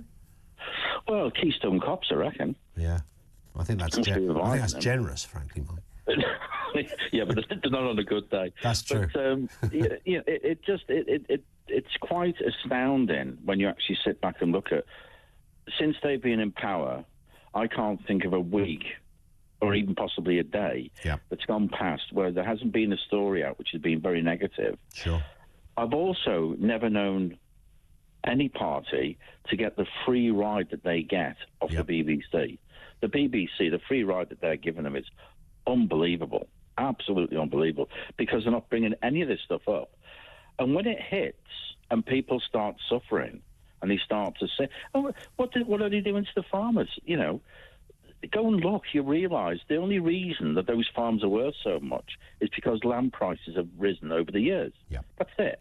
So they've got loads and loads of equity sitting there, but as soon as he sells some land off, believe it or not, they can't grow any carrots anymore. Yeah. And it's very simple things that you start to connect the dots and you go, well, that doesn't make any sense and this doesn't make any sense. And then the immigration thing. I heard the guy on this morning saying Rwanda didn't work. It did work, even though we never sent anyone, because a load of people went from one side of Ireland to another, because they were worried they were going to get sent off to Rwanda. Well, yeah, I guess there was a kind of nugget of evidence there, wasn't there? You're absolutely right. We don't talk about that bit very often. Good point. Mike, listen, I've got to move just because we've overshot the clock. Thank you, Mike in Warwickshire. This one in from Derek. The Labour Party destroyers are the biggest threat to our way of life. The Labour Party hates the white working class. The Labour Party hates pensioners. The Labour Party hates farmers, says Dell. And Betty, the problem with all new MPs is they have never worked in the real world. They fail to understand every stupid policy announcement or initiative is just added to their bill with profit on top. I'm bidding for a job for 2026 and every penny is going on the price and the taxpayer, i.e. me. I'll have to pick up all the private business and the country would collapse. I genuinely think that it comes out of some evil fat cat's pocket and not the voters. They genuinely think. Yes, good. They do. Yes, they haven't got a correlation between whose money it is. The government don't have any. They only have other people's money, Rachel. It's other people. You don't have money. You haven't got a vault with loads of money. Oh, this is how I spend the money. It's other people's money, mate. 0344 499 1000.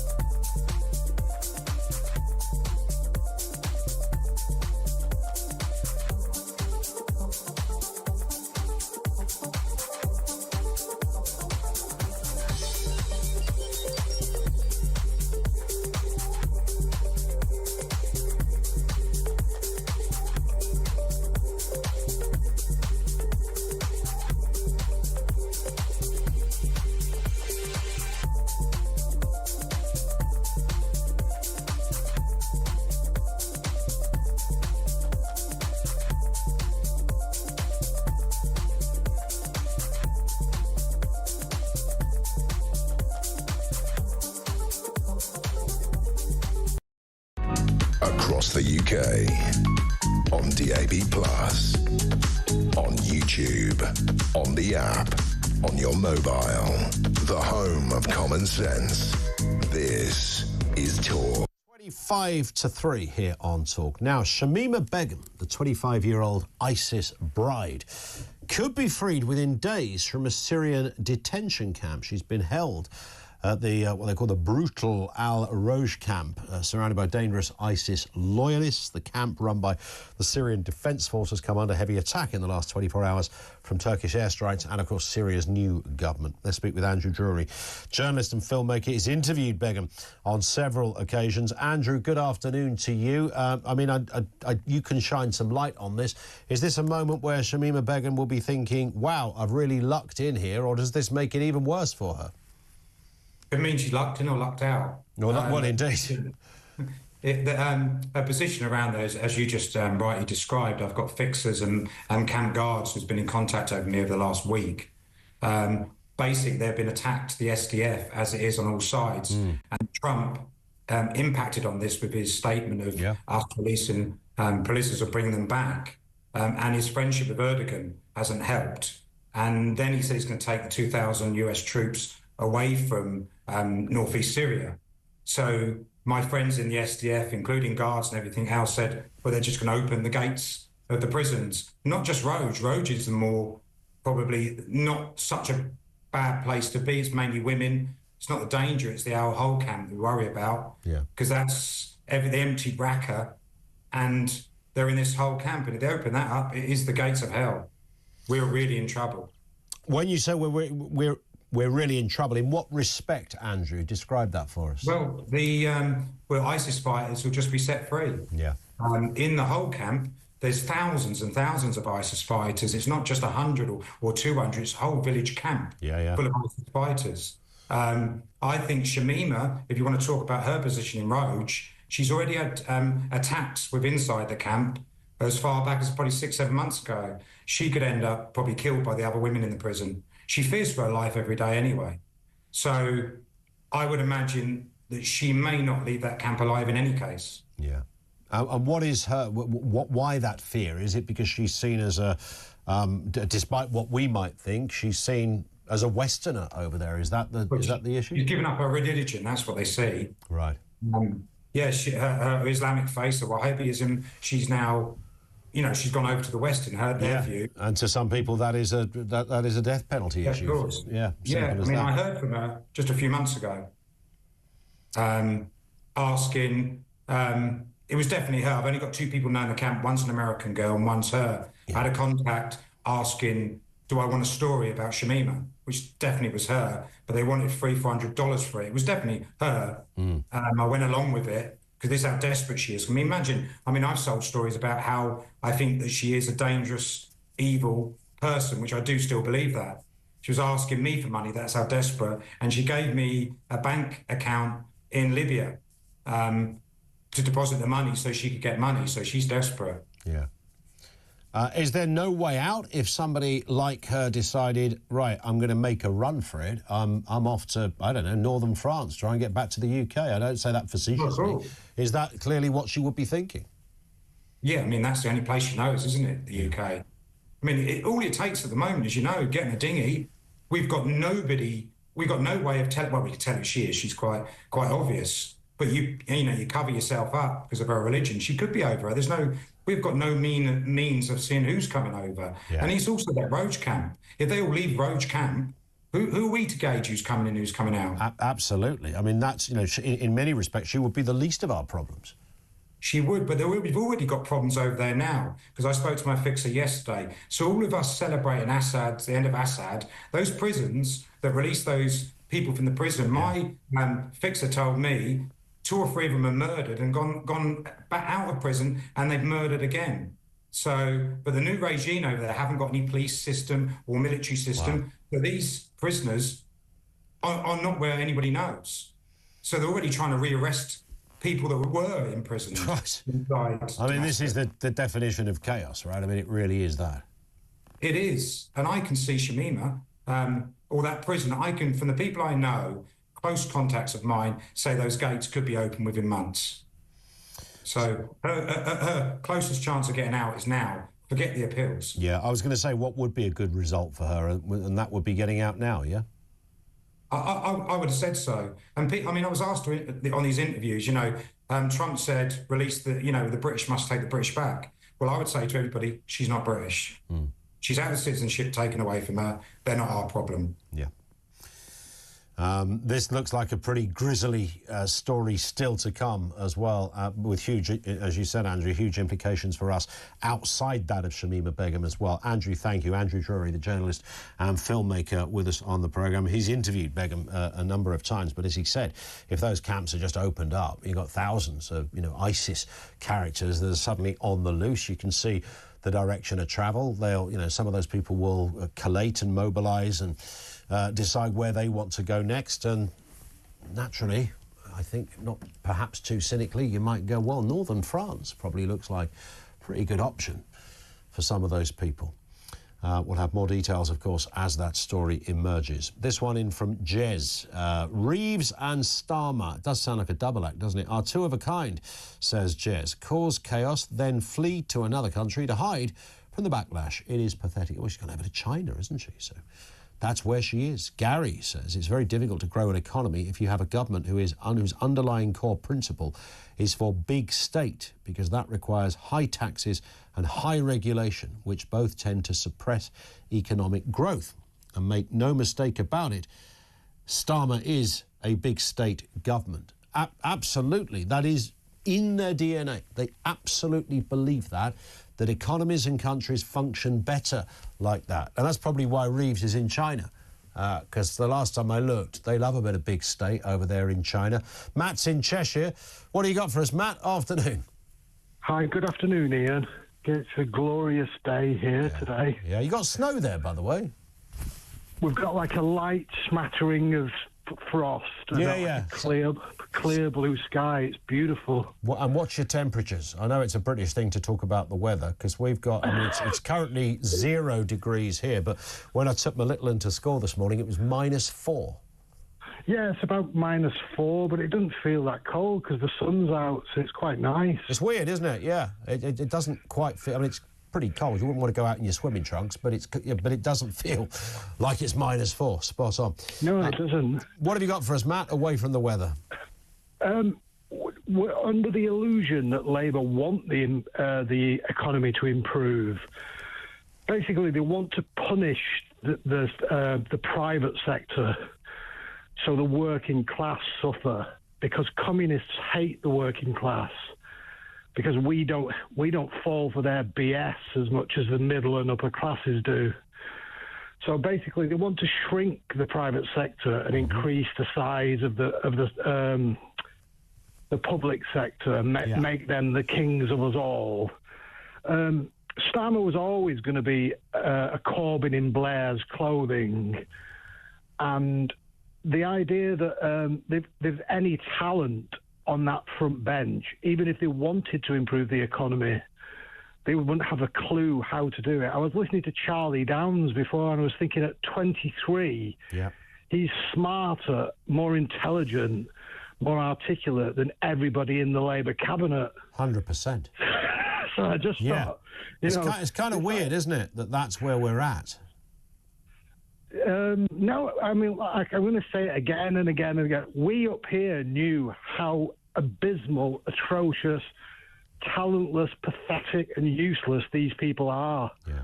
But for some reason, the London-based media flock round them like they're, they're going to save Britain and the... But the more you think about it, and now they're in situ, we can really, there's a certain amount, exposure is there, but when they were in the wings waiting in opposition, you could even, a critic like myself or you, Matt, you'd go, OK, I don't support these guys, but let's see what they're going to do. You never know. They could turn something around. Now they're there. The levels of ineptitude are absolutely enormous. I don't think I've ever seen so many people with such impressive titles and big jobs know so little about the very thing they're meant to be doing. It's extraordinary. And by the way, the bar is already quite low on that one. Yeah, that's right. I mean, I knew that. I knew that none of them... My MP is the business secretary. It hasn't brought a single business to my town in 8 years. There are no places for young people who leave school to go and get a job. He's got no experience. None of them have got any experience. And can I just say one more thing? Blair's legacy was based... Labour based their entire economic vision on Blair. We did well under Blair, and everybody was better off under Blair. Good point. That was because everybody could borrow money, even if they didn't have any income. It was based on personal debt, borrowing, and 4 million immigrants that worked. Now we have immigrants that don't work. Yeah. And there lies the problem. Matt, thank you very much. I mean, the problems... That's Matt in Cheshire. It's a great point. And the issue of people working, whether they're immigrants or whether they're, indigenous, British-born, whatever it is, we've got a massive cost of living problem, huge issues around fundamental areas of our infrastructure, energy being top of the list, an immigration problem as well. And Keir Starmer's celebrating, 16,000 people were deported under Labour. They didn't all... OK, 16,000 were deported. The last time I looked, was it 40,000 people came here across the Channel last year. That doesn't include people who came legally and then became illegal because they outstayed their visa or they didn't, you know, to sign the relevant documentation to remain, etc. So 16,000 people, I don't think that touches the sides. And even if it did touch a little bit of the sides, I don't think they all happened because of some amazing Labour policy. It's happened too quickly. 0344 499 1000. And we've got the Voice of Doom back. Is it day 3, Finn? Day 3, I think, of the Voice of Doom. Are you there, Adam? Day 3. Day 3 of the Voice of Doom. Will anybody get it? Find out next here on Talk.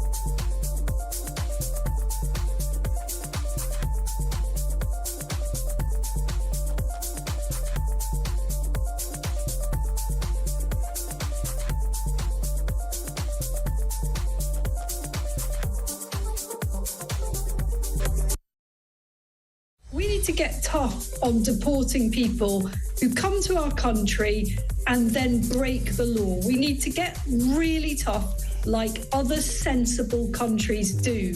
And if the law doesn't allow us to do that, then let's change the law.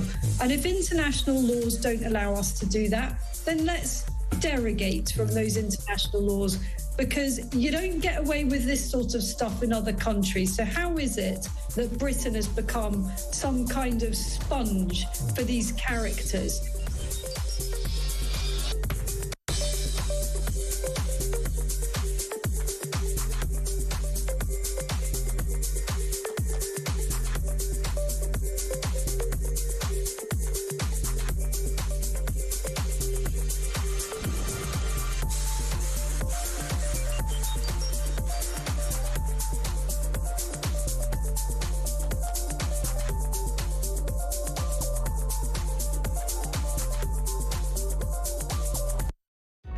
Across the UK, on DAB+, on YouTube, on the app, on your mobile, the home of common sense.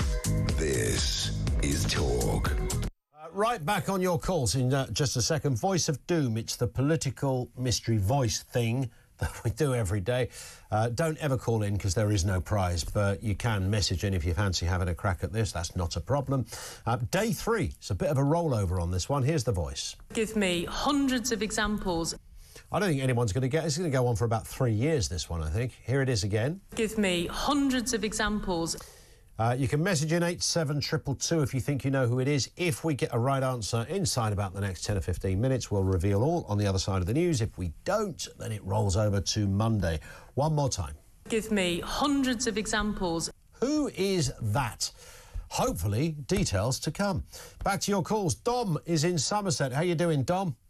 Hi, Ian. Thanks for taking my call, mate. Pleasure. What are your thoughts? My thought is I'm in the house building sector. Okay. I've been a manager for 30 years now. It's I know there's all the talk about the gilts and the government borrowing, but it's I think it's having a catastrophic effect on house building going forward. Last year, the volume of houses that were converted from private to social housing because the developers couldn't sell them was I mean, that's something that's been brushed under the carpet. I mean, they're talking about private, the open market houses at the moment. There aren't a lot out there, but you've also got the typical snivel servants in land registry now working to rule. Well, there's a stamp duty increase. I think that's going in April. These guys are going to be slowing all that up. So that's going to affect these poor people that are trying to get on the housing ladder or get up another rung on the housing ladder. Absolutely. Most of the stock... Yeah, sorry. I was going to say, it's 3 to 5%. That's, it's almost doubled. It's a significant amount of money. And, in the current climate, people haven't got that amount of money. We've suffered a couple of cancellations. I only work for a small regional developer, and luckily there's a lovely company, and it's nice to work for. I have worked for the big developers. But Persimmon, the largest house builder in the country, they control the house building market. There's a development near me with over 100 houses that they completely converted to social housing, sold the lot. And I'm talking 6-bedroom, high-end spec houses, granite worktops, top appliances, sold for social housing. So they sell them to the local authority, do they? Oh, in waves.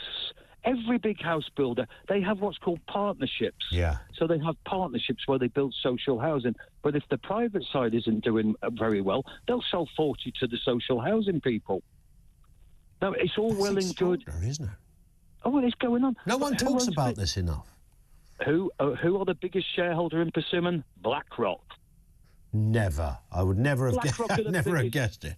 Biggest shareholder, and they completely control it. I live near a little seaside town, Weston-super-Mare. You may have heard of it. Yeah. Well, they bought up the old runway there that Peter de Savray was trying to buy it. There's a blast from the past. Peter de Savray. I actually inadvertently worked for him once. How bizarre! Did you? Well, he owned a hotel that I worked in. Put it that way. Yeah, well, he was involved with the airfield, but they've completely stopped building on that airfield, and there's a massive need for housing around the area. North Somerset at the moment, you've got Hinkley Point is being built. There's lots of people there that are going to need housing. You've also got a big gigafactory just off Junction 23. That's going to need lots of housing, but it's becoming very stagnant. I mean, as I say, I've worked in this a long time, but the quality of the workforce is going down and down and down. You're not getting the quality of the apprentices coming through. They're not working it from the bottom. The supply chain is a joke. Yeah, I keep hearing about the supply is a big issue. And here's another thought that's just occurred to me, Dom. We're 6 months into this Labour government. Of course, their promise is to build, 1.5 million homes. They're in cloud cuckoo land, they think. Well, 300,000 a year. So by now they should have built at least 150,000. Is there any sign of that? I would say no. Yeah. I would say no. The other problem you've got, Ian, is every house now has to have an electric car charger. There isn't the cabling in the country to run. The guys from Western Power I talk to every day. We've got to put them. We can't put the cables in to give them all of the charging points that they need. Yeah, it's ridiculous. Solar panels on housing. You've got air source heat pumps, which are fantastic, but in the cold weather, they will demand for water overheating. So you'll have hot water, but you'll be paying bloody freezing. To heat your house. It's ridiculous. So it's almost like somebody hasn't thought this through, Don. Ian, they are a bunch of idiots. Yeah. I've never been politically minded in my life. I've gone through life. I was a child through the Tories. I voted for the Tories because it was easier. It got to this government. I remember Labour when I was a child, when we had the power cuts and we had the candles and we had Jim Callaghan going to Barbados, and we know what happened to him. Yeah. And I'd like to see Starmer just get in front of that little number 10 in the pouring rain, like Richie Sunak, and throw the towel in. But there isn't anybody to take his place. That's the problem. Who's going to take his place? Listen, Dom, on that very profound point, we'll leave it lingering. You've been a great call and lovely to speak with you. That's Dom in Somerset. I want to get a word in from Jason in Sheffield. Strong stuff there, Jason. What are your thoughts on the big turnaround for Labour on the economy? Can they save us? No. But apart from that... We could have just ended the call there, couldn't we? That would have been a very dramatic moment. Well, we could, yeah. Worthy of the EastEnders drums, I think. But you don't think they can? Yeah. No, it won't. I mean, I'll say to your call handler, is it, have you noticed in the last 6 months, you've virtually had no heads of state, no prime ministers visiting Keir Starmer? That's a good point. He's been to visit them, everywhere, all around the world. I mean, we've had Zelensky, but he has to come here to secure his funding. Yeah. But apart from that, I can't think it. I mean, even the French made Keir Starmer look ridiculous when he was travelling her down, I don't know, Champs-Élysées in front of soldiers standing up on that... well, that was awful, wasn't it? Army truck, yeah. No one wants to visit him in this country. They think, oh, no, Starmer's not on the phone, is he? I'm not going there. He doesn't return their calls. They once in a while leave a little voice note for him, but that's it. No one wants to come here to meet him or the government. Justin Trudeau will probably come from Canada. Now he's been given the heave-ho, so maybe we might get him, but that'll be a social visit. We're in a pretty perilous mess. Jason, great call. Thank you, Jason in Sheffield. This one comes in from Steve. Here's a great question that totally sums up this current government. Name just one thing this government has done or anything included in their manifesto that genuinely encourages growth. Cracking point. I did see an online news outlet try and sort of list 10 things that Starmer has done that are actually good. It was a sort of very pro-Starmer organisation that did this, and I looked at it, and firstly, they were things that were happening anyway, mostly. And secondly, none of them touched on the point Steve just made. None of them touched on growth, which is obviously missing from everything at the moment. How's that going to change in the next, whatever it happens to be, wherever that growth comes from? If you start putting taxation in, national insurance, etc., small businesses, they are the best. Not the Googles and the Amazons that keep the economy turning in this country. It is small and medium-sized enterprises that are behind it, and they're being royally stung, as are the farmers, as are the old folk. It's a cracking start for Keir Starmer, right? On the other side of the news, hopefully we get an answer to the voice of doom. Here is the voice we're looking to solve. Give me hundreds of examples. I don't think anyone's going to get this. 87222 if you want to give it a go. We'll reveal all on the other side of the news, only if we get a right answer. If we don't, it rolls over to Monday. Talking Tech with Will is here as well. Right now, news headlines on Talk at 3.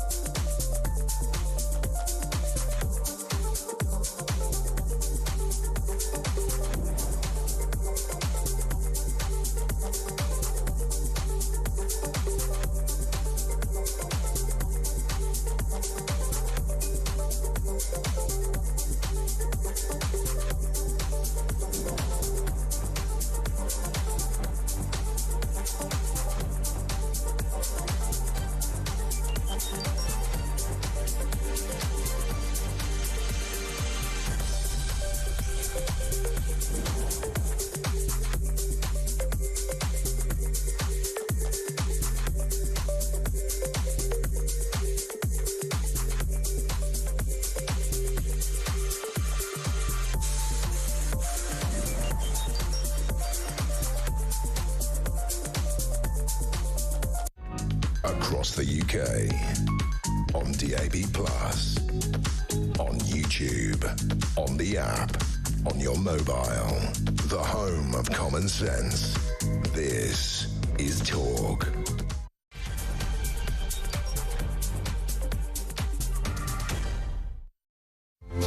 Yeah, thank you, News. Welcome back. 3 minutes after 3 o'clock, the home of common sense. Big focus on Rachel Reeves. Legged it, ain't she? Legged it to Beijing as our Rach. Yeah, critics saying she's fleeing to China rather than facing the music, the economic woes of the UK. It's pretty bad out there at the moment, and it's not looking to get much better anytime soon. How do we salvage it? In fact, curiously, could Labour turn this around? I'm not being facetious. Genuine question. Well, sort of facetious. Details on the way. Also this afternoon, the Bank of England warning net zero policies are driving up energy costs. Who knew? Well, gas reserves have hit a concerning low with just a week's worth of supply left as Britain faces freezing temperatures. It's chilly out there, kids. We ain't got nothing to heat it with, but don't worry, because the windmills will save us, remember? And a move to stop organised touts from fleecing music and sports fans has been announced, with proposals for a cap on ticket resale prices after seats for the Oasis reunion tour sold for 40 times their face value. Remember that old knock? Was that last July, I think now? Curious couple of days that was. Details on the way, everything you need to know, all the breaking news right here on Talk. 0344 499 1000. We're going to talk to Ross Clark in just a second. Ross, of course, author of Not Zero on that gas reserve story. There's a lot to get through. Before we do, just very briefly, The Voice of Doom. This is day 3 of The Voice of Doom. Have a listen again to the voice. Let me just remind you what we're trying to solve. Here it is. Give me hundreds of examples. So who is that? These are some of the guesses. Angela Rayner, no. Maria Eagle, no. Nor is it Penny Morton or Gillian Keegan. Tangham Debonair, no. Virginia Bottomley, it is not. Lisa Nandy, no. Cardi P, no. Lucy Powell, it is not. And neither is it Liz Truss. In fact, we have not got a correct... I told you, we haven't got a correct answer. Yet again, we've got a stumper on our hands. It's going to return on Monday. We'll give it a crack then. Think about it over the weekend. Record it. Use it as your ringtone if you have to. Ask your friends. Really? We'll find out on Monday if somebody solves this current Voice of Doom. It will be day 4 by then. So UK gas reserves are dangerously low. According to Centrica, the owners of British Gas, storage is 26% lower than it was last year. That's essentially like a week's worth of supply. Blimey. Just to tie in with this, by the way, it comes as the Bank of England blames net zero policies for rising energy costs. Who knew? Adding to the cost of living pressure. I said earlier, I'm watching my smart meter get into 2 digits in a matter of hours now. Let's speak with Ross Clark, author of Not Zero, who regularly helps us out with these kind of stories. Afternoon to you, Ross. Good afternoon, Ian. How's that windmill on your roof doing, by the way? I do have solar panels on my roof, but not a windmill, I'm afraid. And of course, it's fair to say, before the sort of left wing run away with themselves, people like us are not against new forms of energy. That was never, ever the case. The contention we have, and I'm sure I speak loosely for you as well on this point, Ross, is the idea that we've got to make ourselves poorer in order to get there is the nonsense of this thing. Yeah. I mean, I'm not against clean energy. I'm all in favour of clean energy. Of course we are. But I'm also in favour of energy security and affordable energy. And sadly, the two, they clash with each other. In Ed Miliband's mind, the more windmills we have, the more solar panels we have, the more energy secure we have. But but it's not quite working out that way, is it? A record 16% of our electricity last year was imported via subsea cables. It's not, we're becoming ever more reliant upon imported electricity. We're becoming ever more reliant upon imported gas, a lot of it from the US, in the form of liquefied natural gas imported by ships, just to keep our, our electricity system on when the sun isn't shining, the wind isn't blowing. And this week has been a prime example. On Wednesday, we had very low winds, very high electricity demand because it was very cold, and we very nearly ran out of energy. We were sort of, a bit close to blackouts, narrowly averted by importing more energy from Denmark and so on. This is what we're living on now. We've got this sort of increasingly, unreliable forms of energy that we're trying to rely on. And the story today, our gas reserves now, and the gas we absolutely rely on to fill in the gaps when wind and solar are low, we're down to we have relatively little gas reserves anyway compared to other European countries, and now they're particularly low, and just at a time we're getting this still calm weather when we really need the gas. Yeah, well, of course, Ed Miliband would say, well, let's just build more windmills.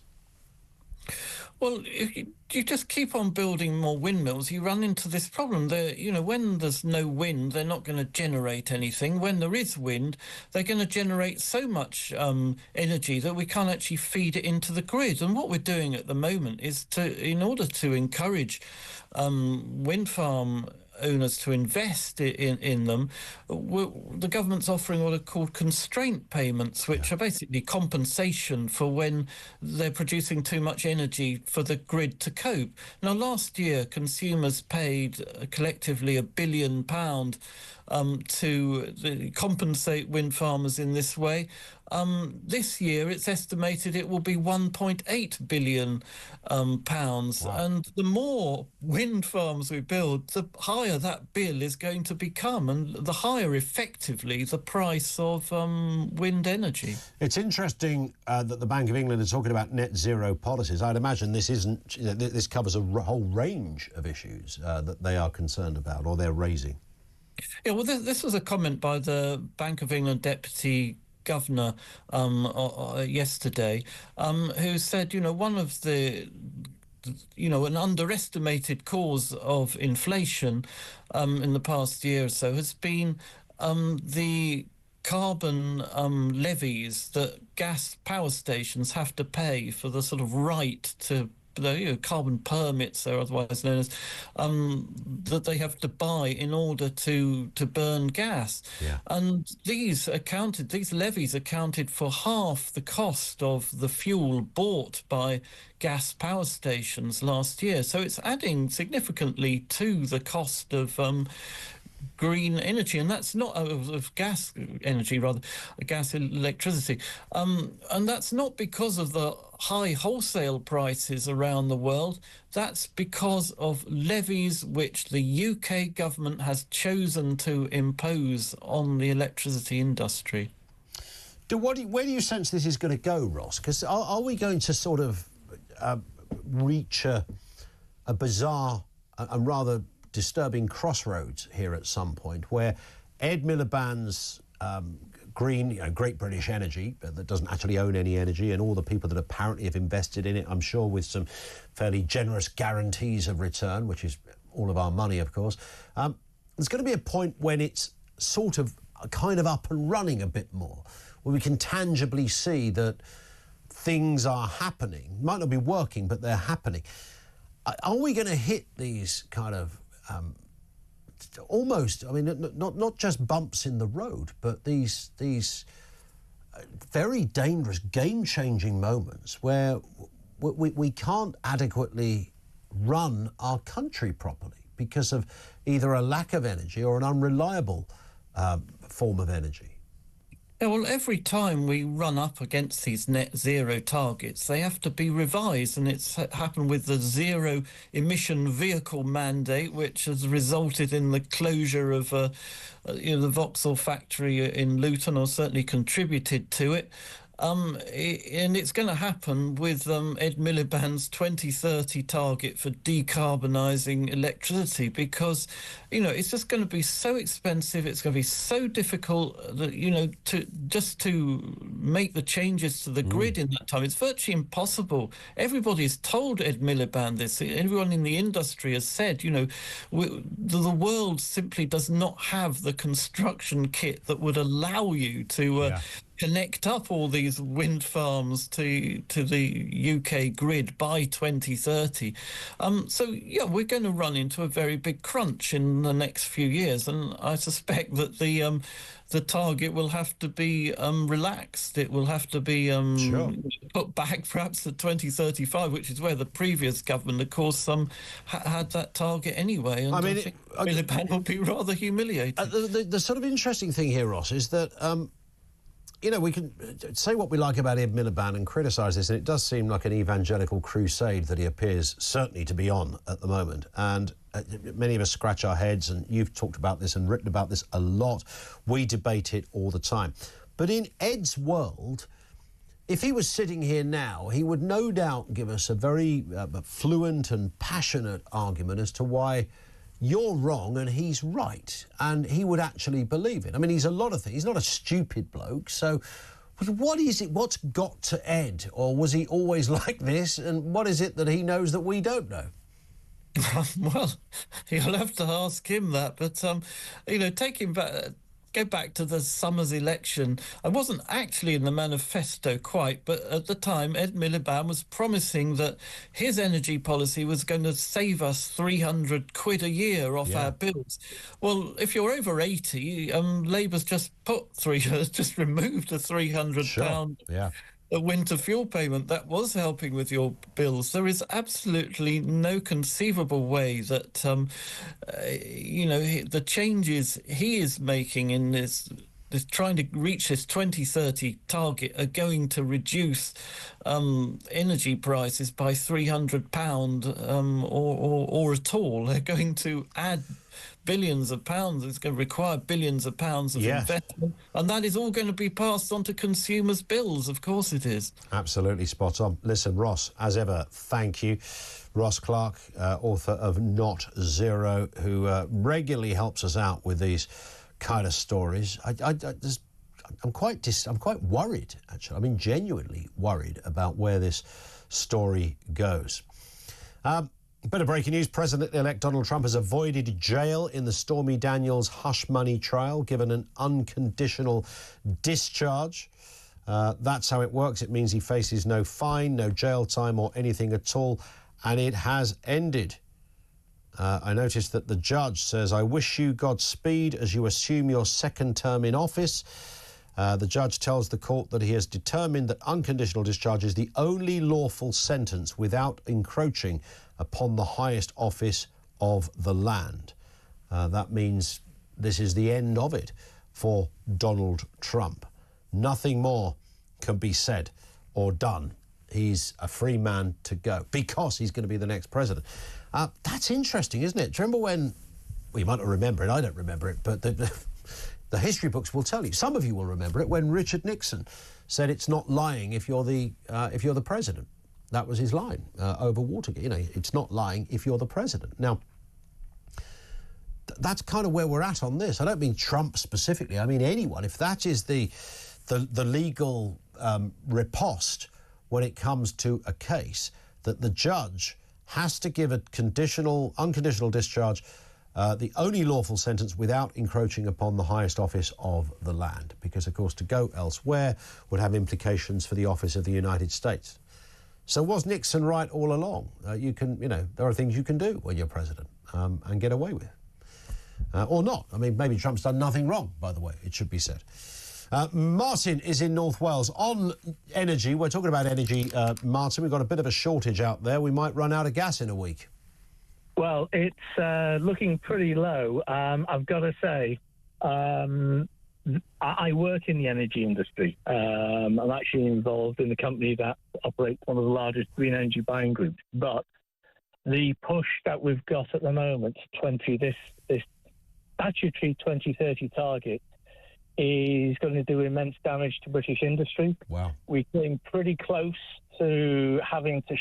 The order of this thing, when we run short of gas, the government would send out basically emergency notices, well, the gas transition authorities would, which would, for example, shut down things like steel, car production, heavy industry, in order to save gas fuel supplies for people's homes, hospitals, etc., as a priority. But that would do immense damage. As for the idea of, growth, obviously that is rapidly flying out the window. I don't know if you're aware, but we are producing 21% less electricity than we were some 21 years ago. And that is due to decline further. We are now importing nearly 30% of our electricity. That's extraordinary. And we are now at the limit, really, of what we can import due to the capacity of the undersea cables. And obviously that raises a lot of concern because they're very vulnerable. We've seen cables being cut already. So the way that Ed Miliband wants to rush through decommissioning the gas power stations, we are heading for a crunch in the next couple of years. Why would he not? I mean, because I've heard this argument before, Martin, and you're absolutely right. Why would they not say, let's keep them open as a kind of safety mechanism? Well, it almost seems to be like they want to have a zealotry type of belief that they just got to get rid of it. It's a bit like, with the armed forces. If we've got a ship that's mothballed but can be brought back, no, we've got to get rid of it. It would make a lot of sense to have it. The other thing that we're desperately short of is battery storage systems. Other countries are reaching for this. There's a notable guy who's heading this up, a guy who has Mr. Elon Musk, for example, who is leading this charge on battery storage systems that would enable us to bridge, for example, days when renewable energy just doesn't work. As Musk's, I was talking to somebody recently who said they were thinking of purchasing Musk's sort of solar panel thing. I think it's more about the storage, isn't it, than the panels. But is that domestically available at the moment? You can domestically and commercial. I mean, there are big commercial units now being set up, and some of these guys are having quite decent double-digit rates of return on these. Wow. Because what happens is it's like an arbitrage system. You store up the energy at night on a cheap rate, export it back into the grid for peak rate. And basically, the payments for that do make a lot of commercial sense. The problem has been is that there's been no encouragement for private industry to go and develop this. Still a mystery of what on earth they're trying to do with GB Energy. I still don't quite understand what that is about. I don't think anybody has. An energy company that doesn't own any energy. We know that much. They've said they want to make it produce 8 gigawatts. From what I don't know.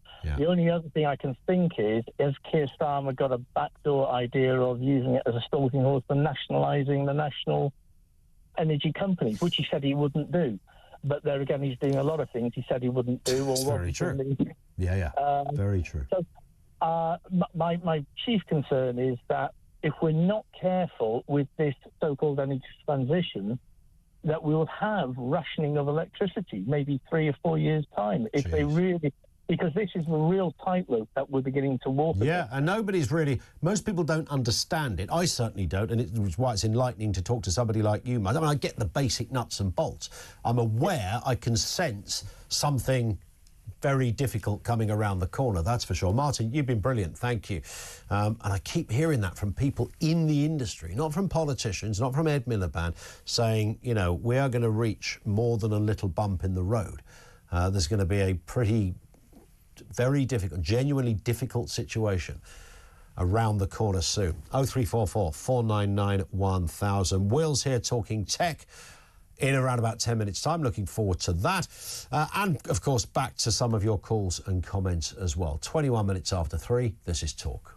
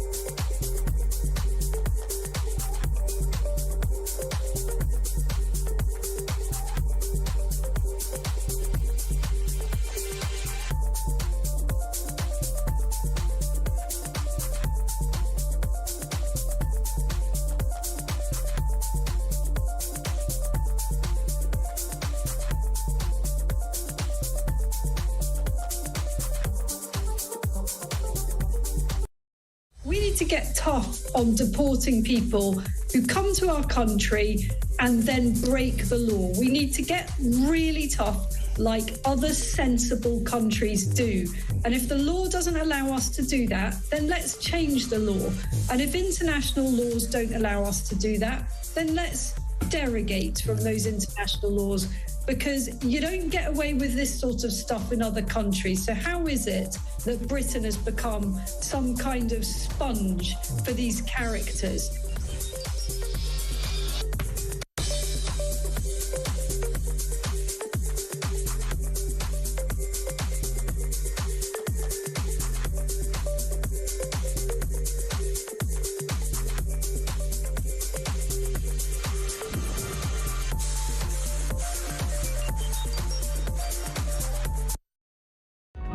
Across the UK, on DAB+, on YouTube, on the app, on your mobile, the home of common sense. This is Talk. This is Talk, indeed. Lash says they're not windmills, they're wind turbines. No grain is involved in requiring a mill. It's a turbine generating electricity. For the love of God, stop calling them windmills, you don't. Well, we do kind of know that, Lash. I mean, we were debating this stuff yonks back, but I just think it's much more fun to talk about a windmill. And in any case, I mean, I've got a windmill in my back garden. It's not one of those windmills, but there's also, I have to say, there's no grain involved in that either, but it's still a flipping windmill because I bought it from the garden centre. I mean, it's El Chavo McDougall, I can tell you, but it seems to go well with the gnomes. Let's go to Stuart in Staffordshire. How are you doing, Stuart? I'm fine, thanks. Ian, yourself? Yeah, I'm all right, thanks. Yeah, not bad at all. What's happening? Well, I was very cold in my container because I'm a Weybridge clerk, but we're warming up now towards the evening. That's good. I'm glad to hear you're warming up. Right, your previous caller stated the myth that batteries would help any shortfall in generation. Yeah. I'd like to say that he's completely wrong. I'm a power plant operator 25 years plus. I started with a central electricity generating board when all we had was coal and gas, and I'm a coal man. Anyway, the thing is, what we actually need are a lot more generators. What we had before was something called a merit order, and it's a list of all the plants in the country, from the best, the most thermally efficient to the least. And you start by having the most thermally efficient on, and as you need more power, you put the next one down the list and so on and so forth till you get to the end. And then you ask the French generally for their single interconnector. Okay. But the problem is, you see, is the Labour Party and all their green fanatics are absolutely scared of making carbon dioxide the carbon that everybody's on about. Yep. And that's principally for combustion plants like incinerators that incinerate all your household refuse, the untreatable wastes and so on and so forth. The thing is, the planning system in this country terms, it treats incinerators bad because, of course, you've got NIMBYs who don't want the buildings anywhere near them because they think they're going to be, they're going to be poisoned. Yep, of course. They aren't, of course. And they don't want the sight of them. But the point is, and so the planning laws are against incinerators. But I think, as I said, in an infinite growth economy, as you make more stuff, you get more rubbish, don't you? And so what you need to do is to be able to get rid of that rubbish. The thing is, the gas treatment, when you incinerate rubbish, as long as you've got a really good guy on the crane who's loading your furnaces, who mixes the rubbish and makes it nice and homogeneous, it gives a nice steam pressure, it gives a good steam flow and temperature, and also it doesn't wear your gas plant out. And it means that all the chemicals that you inject into the gas stream, like urea and ammonia to get rid of nitrogen dioxide, You put active carbon in to get rid of metals. You have a high furnace temperature to get rid of PCPs, furanes, all the really nasty chemicals right at the start. And then, of course, you've got flue gas desulfurization with lime or bicarbonate of soda to get rid of any acid gas, so you don't get any hydrogen chloride gas. And then what you have after that is a really efficient baghouse or a candle filter, which takes those solids out of the air and gives you a really, really good exit stream going out. Since Brexit, this country's been running to the European Waste Incineration Directive, which gives the limits for all of those different kinds of chemicals produced and a lot more. And as I say, since Brexit, the industry has basically followed those. So there's no reason why we can't have those incinerators. We can't have those incinerators and not generate decent amounts of power. Wow. Sorry for the monologue. No, listen, it's a brilliant monologue, Stuart. I was literally in awe of your obvious... I know it's your area, but nonetheless, when you hear somebody talking about stuff they know, it's always impressive. That was brilliant. And you're right, now we're not in the EU, we can make our own rules, right? I mean, it's up to us. Well, the thing is, the rules, actually, the Waste Incineration Directive was written with the mind to lower the concentrations allowed as technology got better and gas treatment got better. So actually we should stay with them and keep an eye on them. And as these new plants come into line and new filtration systems, we should be able to cope. But the thing is, like I say, and another thing about incinerators is people don't want the traffic, the lorries, as it were. The lorries, as it were. And when you think about it as well, though, Ian, right, what do? We all buy off Amazon, we all buy off eBay. And 100%, yeah. We all contradict our own desires in a way, as we do with China. You know, if we didn't want that, to stop buying stuff from China.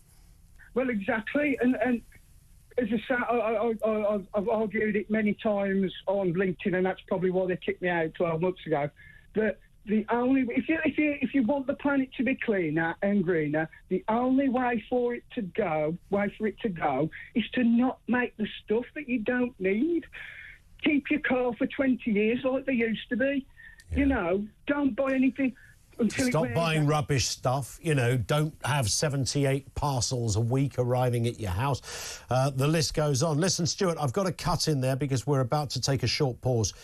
Amazing call. Really good stuff from Stuart in Staffordshire. Steve says, how do we stand for a rebate when gas and electric runs out? That's a good point. Derek says the UK produces less than 1% of the world's CO2s, chopping down our forests that produce oxygen, O2, to build foreign windmills. That last 5 years is brainless. It's a good point. Somebody here called Whatever Tweets says you're forgetting Keir tried to sabotage the US election, affecting Elon and Trump. Did he? I'm not aware of that. I know about that. They sent over, but Keir Starmer didn't send over anybody. The Labour groups, like they do every single election, the Conservatives send over a bunch of Tories to help the Republicans, and the Labour administrator, the Labour wider membership send over some volunteers, the sort of people that pop leaflets in your door over here, legged it over to the States and campaigned for the Democrat. That's not sabotage, that's normal. Nigel Farage went to America to rally for Donald Trump. None of that stuff is that. I didn't know that, unless that's what this tweeter is referring to.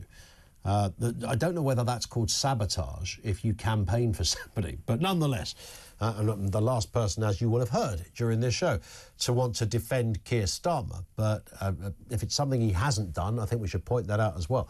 0344 499 1000. We are going to talk tech, some amazing tech stories on the way, with Will coming next on Talk.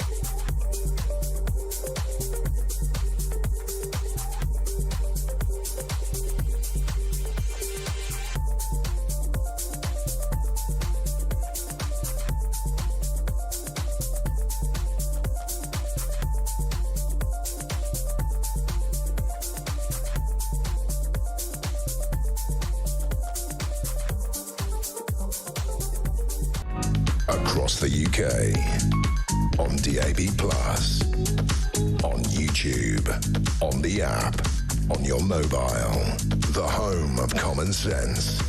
This is Talk. 5 to 4 on Talk. Peter Cardwell is here at 4 on Drive.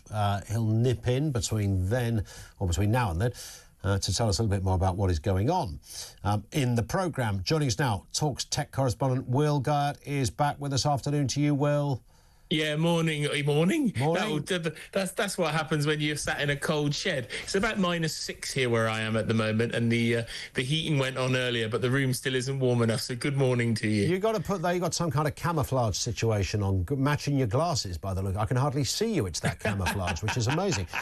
Yeah, that is the trouble, isn't it? When it is this cold, it's about -6. You got to put that heating on for about half a day to warm the place up. Some might argue I should have returned to the office, hey? But I think so. I'm happy to be here in the home studio. It's nearly warm enough to work at. Good work. 3:30. Well, let's talk about an area that we've discussed a lot when we're talking about tech, the sort of crackdown on mischief, if you like. In this case, sexually explicit deep fakes that often use, real people, and they discover, sometimes they never discover, but the ones that do are horrified to realise that despite the fact they're a head teacher, apparently they have a parallel life as a porn star because someone has deep faked them and made videos and still photographs and all sorts. What's the story here? Yeah, you and I talk a lot about control of content on the internet, and I know it rattles the chains of many of your viewers and listeners, but I don't think anybody out there could sit there and suggest that allowing deepfake content of inappropriate, unsuitable content should be allowed to exist on the internet. And this is about laws coming into place that's going to make it, firstly, easier to remove this content off the internet, and secondly, go after the people who've been posting it. Now, nobody out there can dispute that something like this should exist. It's interesting, isn't it? But I suppose getting to the heart of it, trying to police it is, instinctively seems almost impossible. Yeah, there are tools and ways of doing this kind of stuff now, and thankfully this is one of the areas where tech companies have largely collaborated and developed. Lots of stuff has been developed to stop child sexual abuse material on the internet, and similar steps are coming into place from various organisations like the Internet Watch Foundation and the Southwest Grid for Learning. They have a thing called the Revenge Porn Helpline, and they're working to kind of remove this sort of content off of the internet, the non-consensual stuff, both the real life non-consensual stuff and the stuff that's being generated in deepfake. And the challenge you face and the problem we're going to face in the years ahead is getting much easier to make this kind of deepfake content. Just a couple of years ago, you'd have had a real sound understanding of what you were doing in order to make it. But now these tools are getting easier and easier to use. They require less sophisticated computers and devices. So this stuff can sort of happen. And it's a weird thing, but some people do this for sort of some kind of grimy kicks and share this stuff around the internet, and this ruins people's lives, and there shouldn't be space for it. There shouldn't be space for it on anywhere online. It's interesting. You and I were having a conversation this week about sort of Photoshop type apps that are out there, etc. And I remember probably about 10 years ago when I signed up for Photoshop, the real one. And I remember you said, God, if you crack there's a whole skill set there you can use because it's a really good thing. And I remember going on there and having a go with it. And, when you achieve something, it's quite amazing, trying to cut out an individual figure to place it somewhere else, and you had to do all it. So this week I returned to similar format only to realise that the skill set required had somewhat reduced because now you press a button to get all of that stuff to happen. You can ask an app to, or just literally draw a circle around something if you're using something like the AI photography tools on both the iPhone and Amazon and Android devices. Yeah. So in less than a decade, it's become easy. Now, there's a really good example, though, of a whole sort of separate business that's disappearing. The editing of photos, the photo manipulation, that graphic design element of photography. 10 years ago, you'd need to be a pretty knowledgeable person on something like Photoshop, but now you can actually get pretty serviceable professional results from your smartphone. Indeed. Let's move to TikTok. A last-ditch legal appeal. What are they appealing, Will? Yeah, this is the fact that TikTok is set to be banned in the US in the next week or so. I think it's going to be made illegal to operate in the US the day before Donald Trump comes to power. Wow. Now, no surprise that Donald Trump is suggesting that he will do everything he can to stop this and overturn it, or potentially, make it one of his day one plans to overturn this. Because, funnily enough, Donald Trump has found TikTok very effective in his efforts to get elected this time round. He tried to ban it in 2020. He's changed his mind in 2024, 2025. So he wants to bring it back. And this, Ian, if you're wondering what this was about, this is that whole China equals bad scenario that a number of MPs and other groups of and politicians in the US have decided, whilst at the same time happily accepting all of our tech products to be made in that country. 100%. Look, we can talk forever about China being a murderous dictatorship, a brutal communist regime. There is a veneer of modernity, of course, about China these days, but underneath it, nothing much has really changed. In fact, the president's real title is still chairman, for goodness sake. So, however, if countries were serious about all of this stuff, there would be a cartel of similar economies and similar thinking nations, America, UK, France. We'd all get together and we'd all agree we ain't buying anything that is Chinese-based. And that includes the phones, it includes the cars, it includes any other bit of kit you might buy, the TVs. That would be the only way you would do it. And until you do that, which no one's going to do, then stop whinging, right?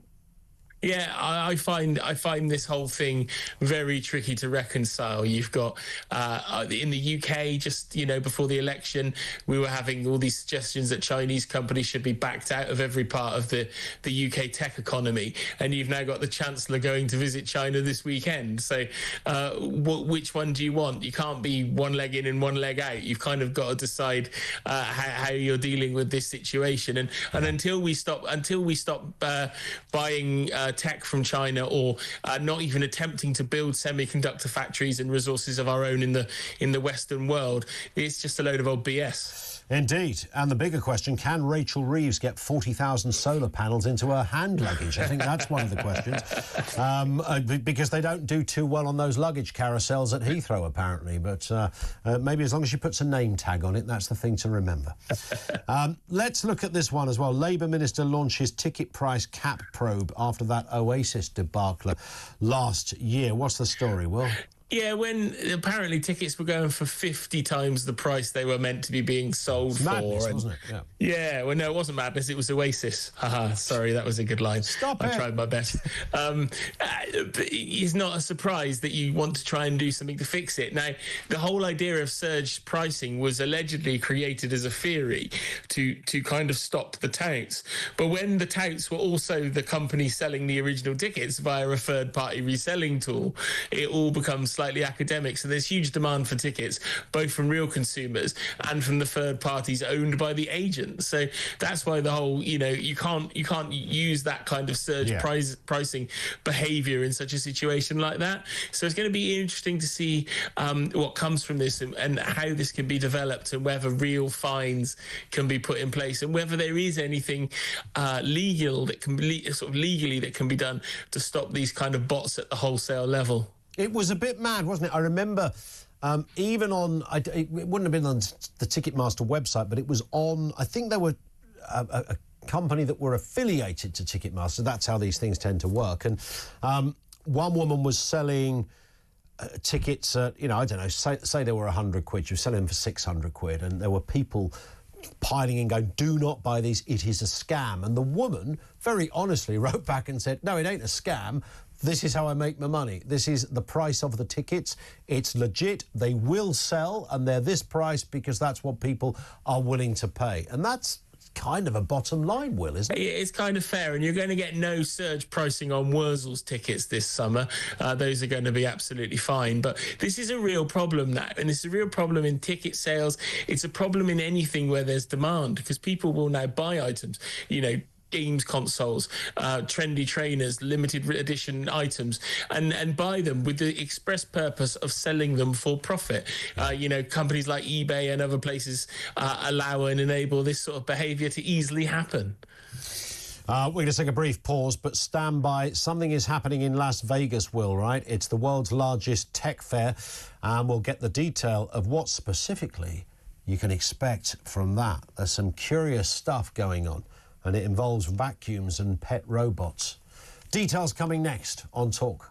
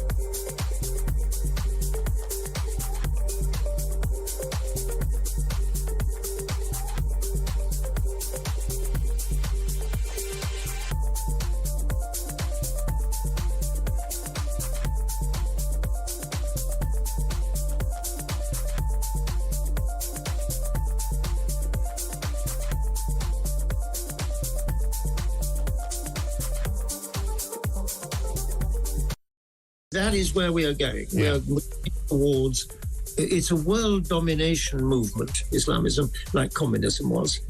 And we are going towards that if we don't wake up and stop it now. And I fear the Commons will remain frightened of it because they are frightened of the Muslim vote. I, at least in the Lords, have the freedom to do this. It's a small platform, tiny platform, and I'm going to go on using it. Well, good.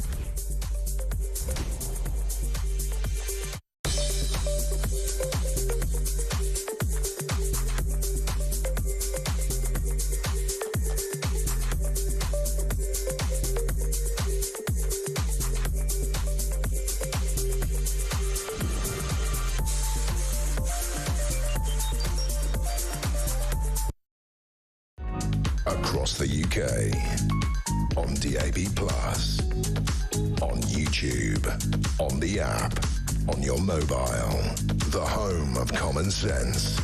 This is Talk. It is the home of common sense. 0344 499 1000. Will Guide is with us, Talk's tech correspondent. What's going on in LA then, Will? Big old tech fair. How does this dominate the news? Las Vegas, not LA. Sorry, Las Vegas. Yeah, you don't want to be doing the road. You don't want to be doing anything in LA right now. No, I was going to say. So it's the Consumer Electronics Show. It's the biggest event of its type. It's the last day today, so it's run all week from Monday, and it's a huge event that runs across multiple hotels and pretty much every company in the world of tech. probably with the exception of Apple, just to be clear, gets there and shows off their major products for the year ahead.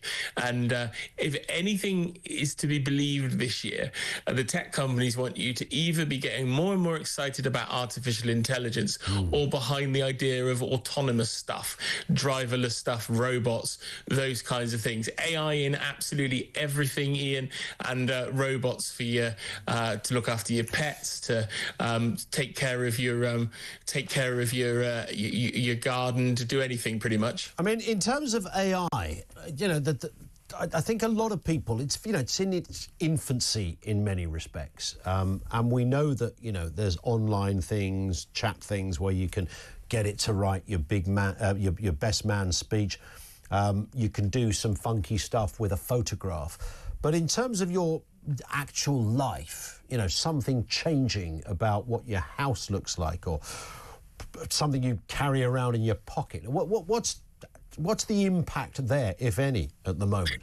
Yeah, no, it's fairly clear to say that it's kind of being AI is being included in everything. For example, to better improve making a DVD look fantastic on a modern TV and all sorts of stuff. But it's not really being used for any of those life-changing examples that you kind of suggest. But there are literally everything there, from AI vacuums to AI sex toys, and I don't necessarily know how the two differ. I think I was about to say, aren't they the same thing? But who knows?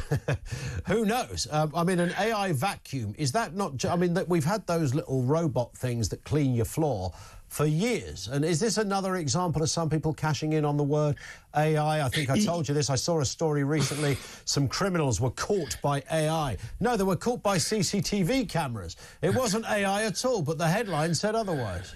Yeah, and you're quite right. There is sort of a level of easy for me to say, conflagration, that's the word I'm looking for, and confusion between the two. So yeah, it's kind of, AI is pretty much an interchangeable term for technology in many of these cases. But do you remember a couple of years ago it was all voice activated assistants like Siri and Alexa that was being installed and put into everything, and this year it's AI pretty much in every device. One of the interesting ones for me this year, though, Ian, I quite like the sound of this. How would you like a microwave for your kitchen? Because I know you've had the kitchen done recently, with a 27-inch screen on it.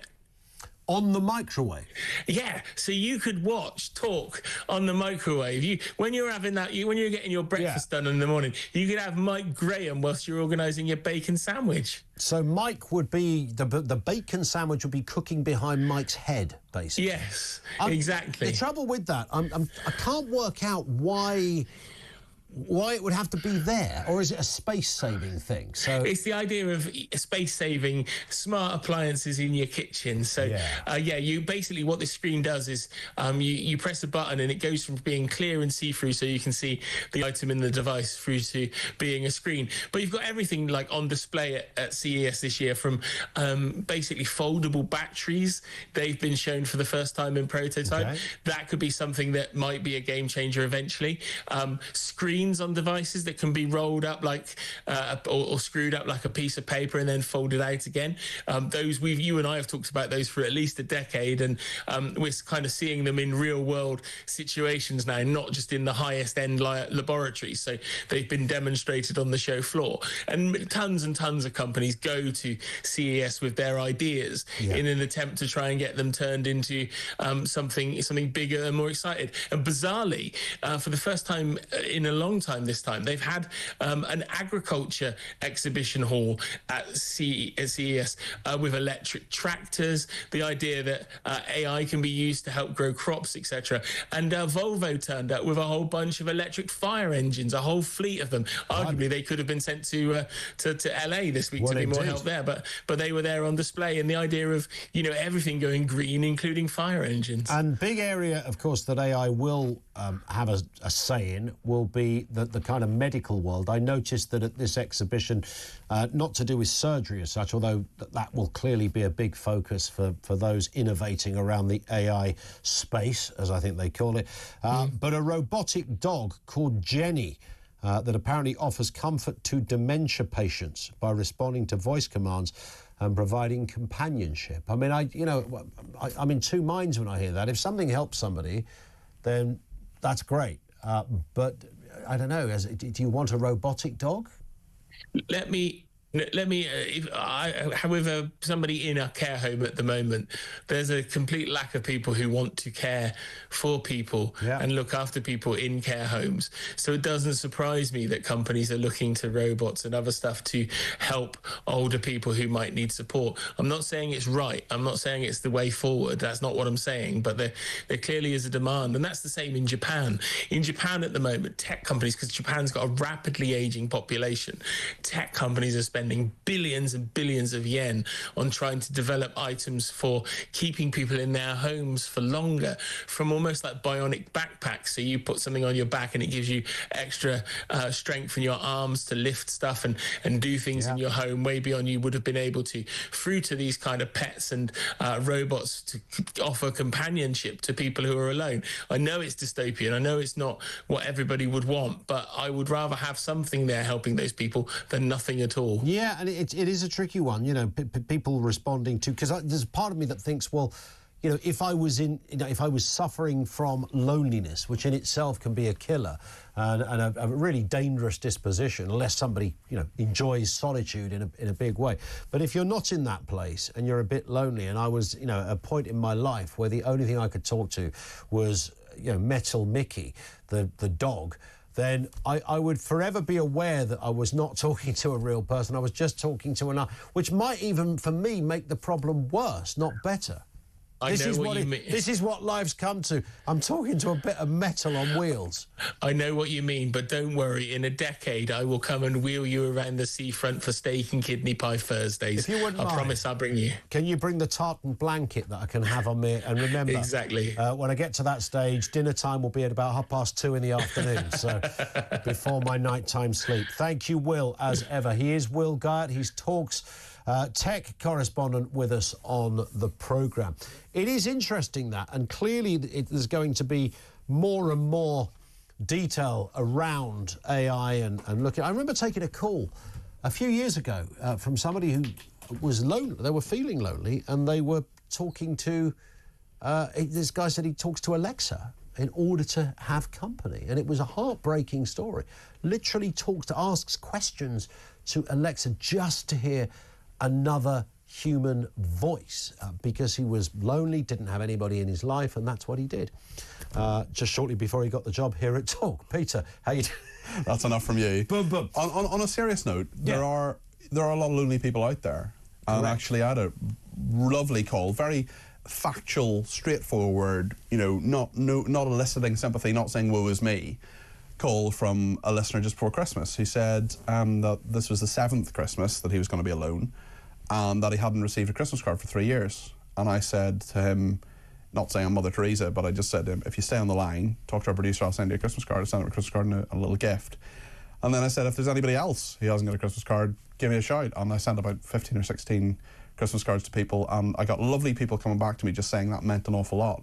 And there's so many people all the time, you know, we're so busy, there's so many things we're doing, and we don't see what's at the end of our nose, which is often a neighbour, a relative, someone who just needs you to pick up the phone, say hello or call round, and just say, just thought I'd pop in for half an hour, how you doing? If you'd like to take advantage of Cardwell's cards, you never know, just get in touch. Who knows, a box of milk tray could be on its way to you. Genuinely, I think that is amazing. I mean, I think that is amazing, because there are people who don't get anything, and that would have meant an awful lot to people. Well, it means a lot to me, and I know it means a lot to you as well, when people get in touch, they say nice things, or even when they disagree with us, and that's fine. And on the show Talk Drive, we're going to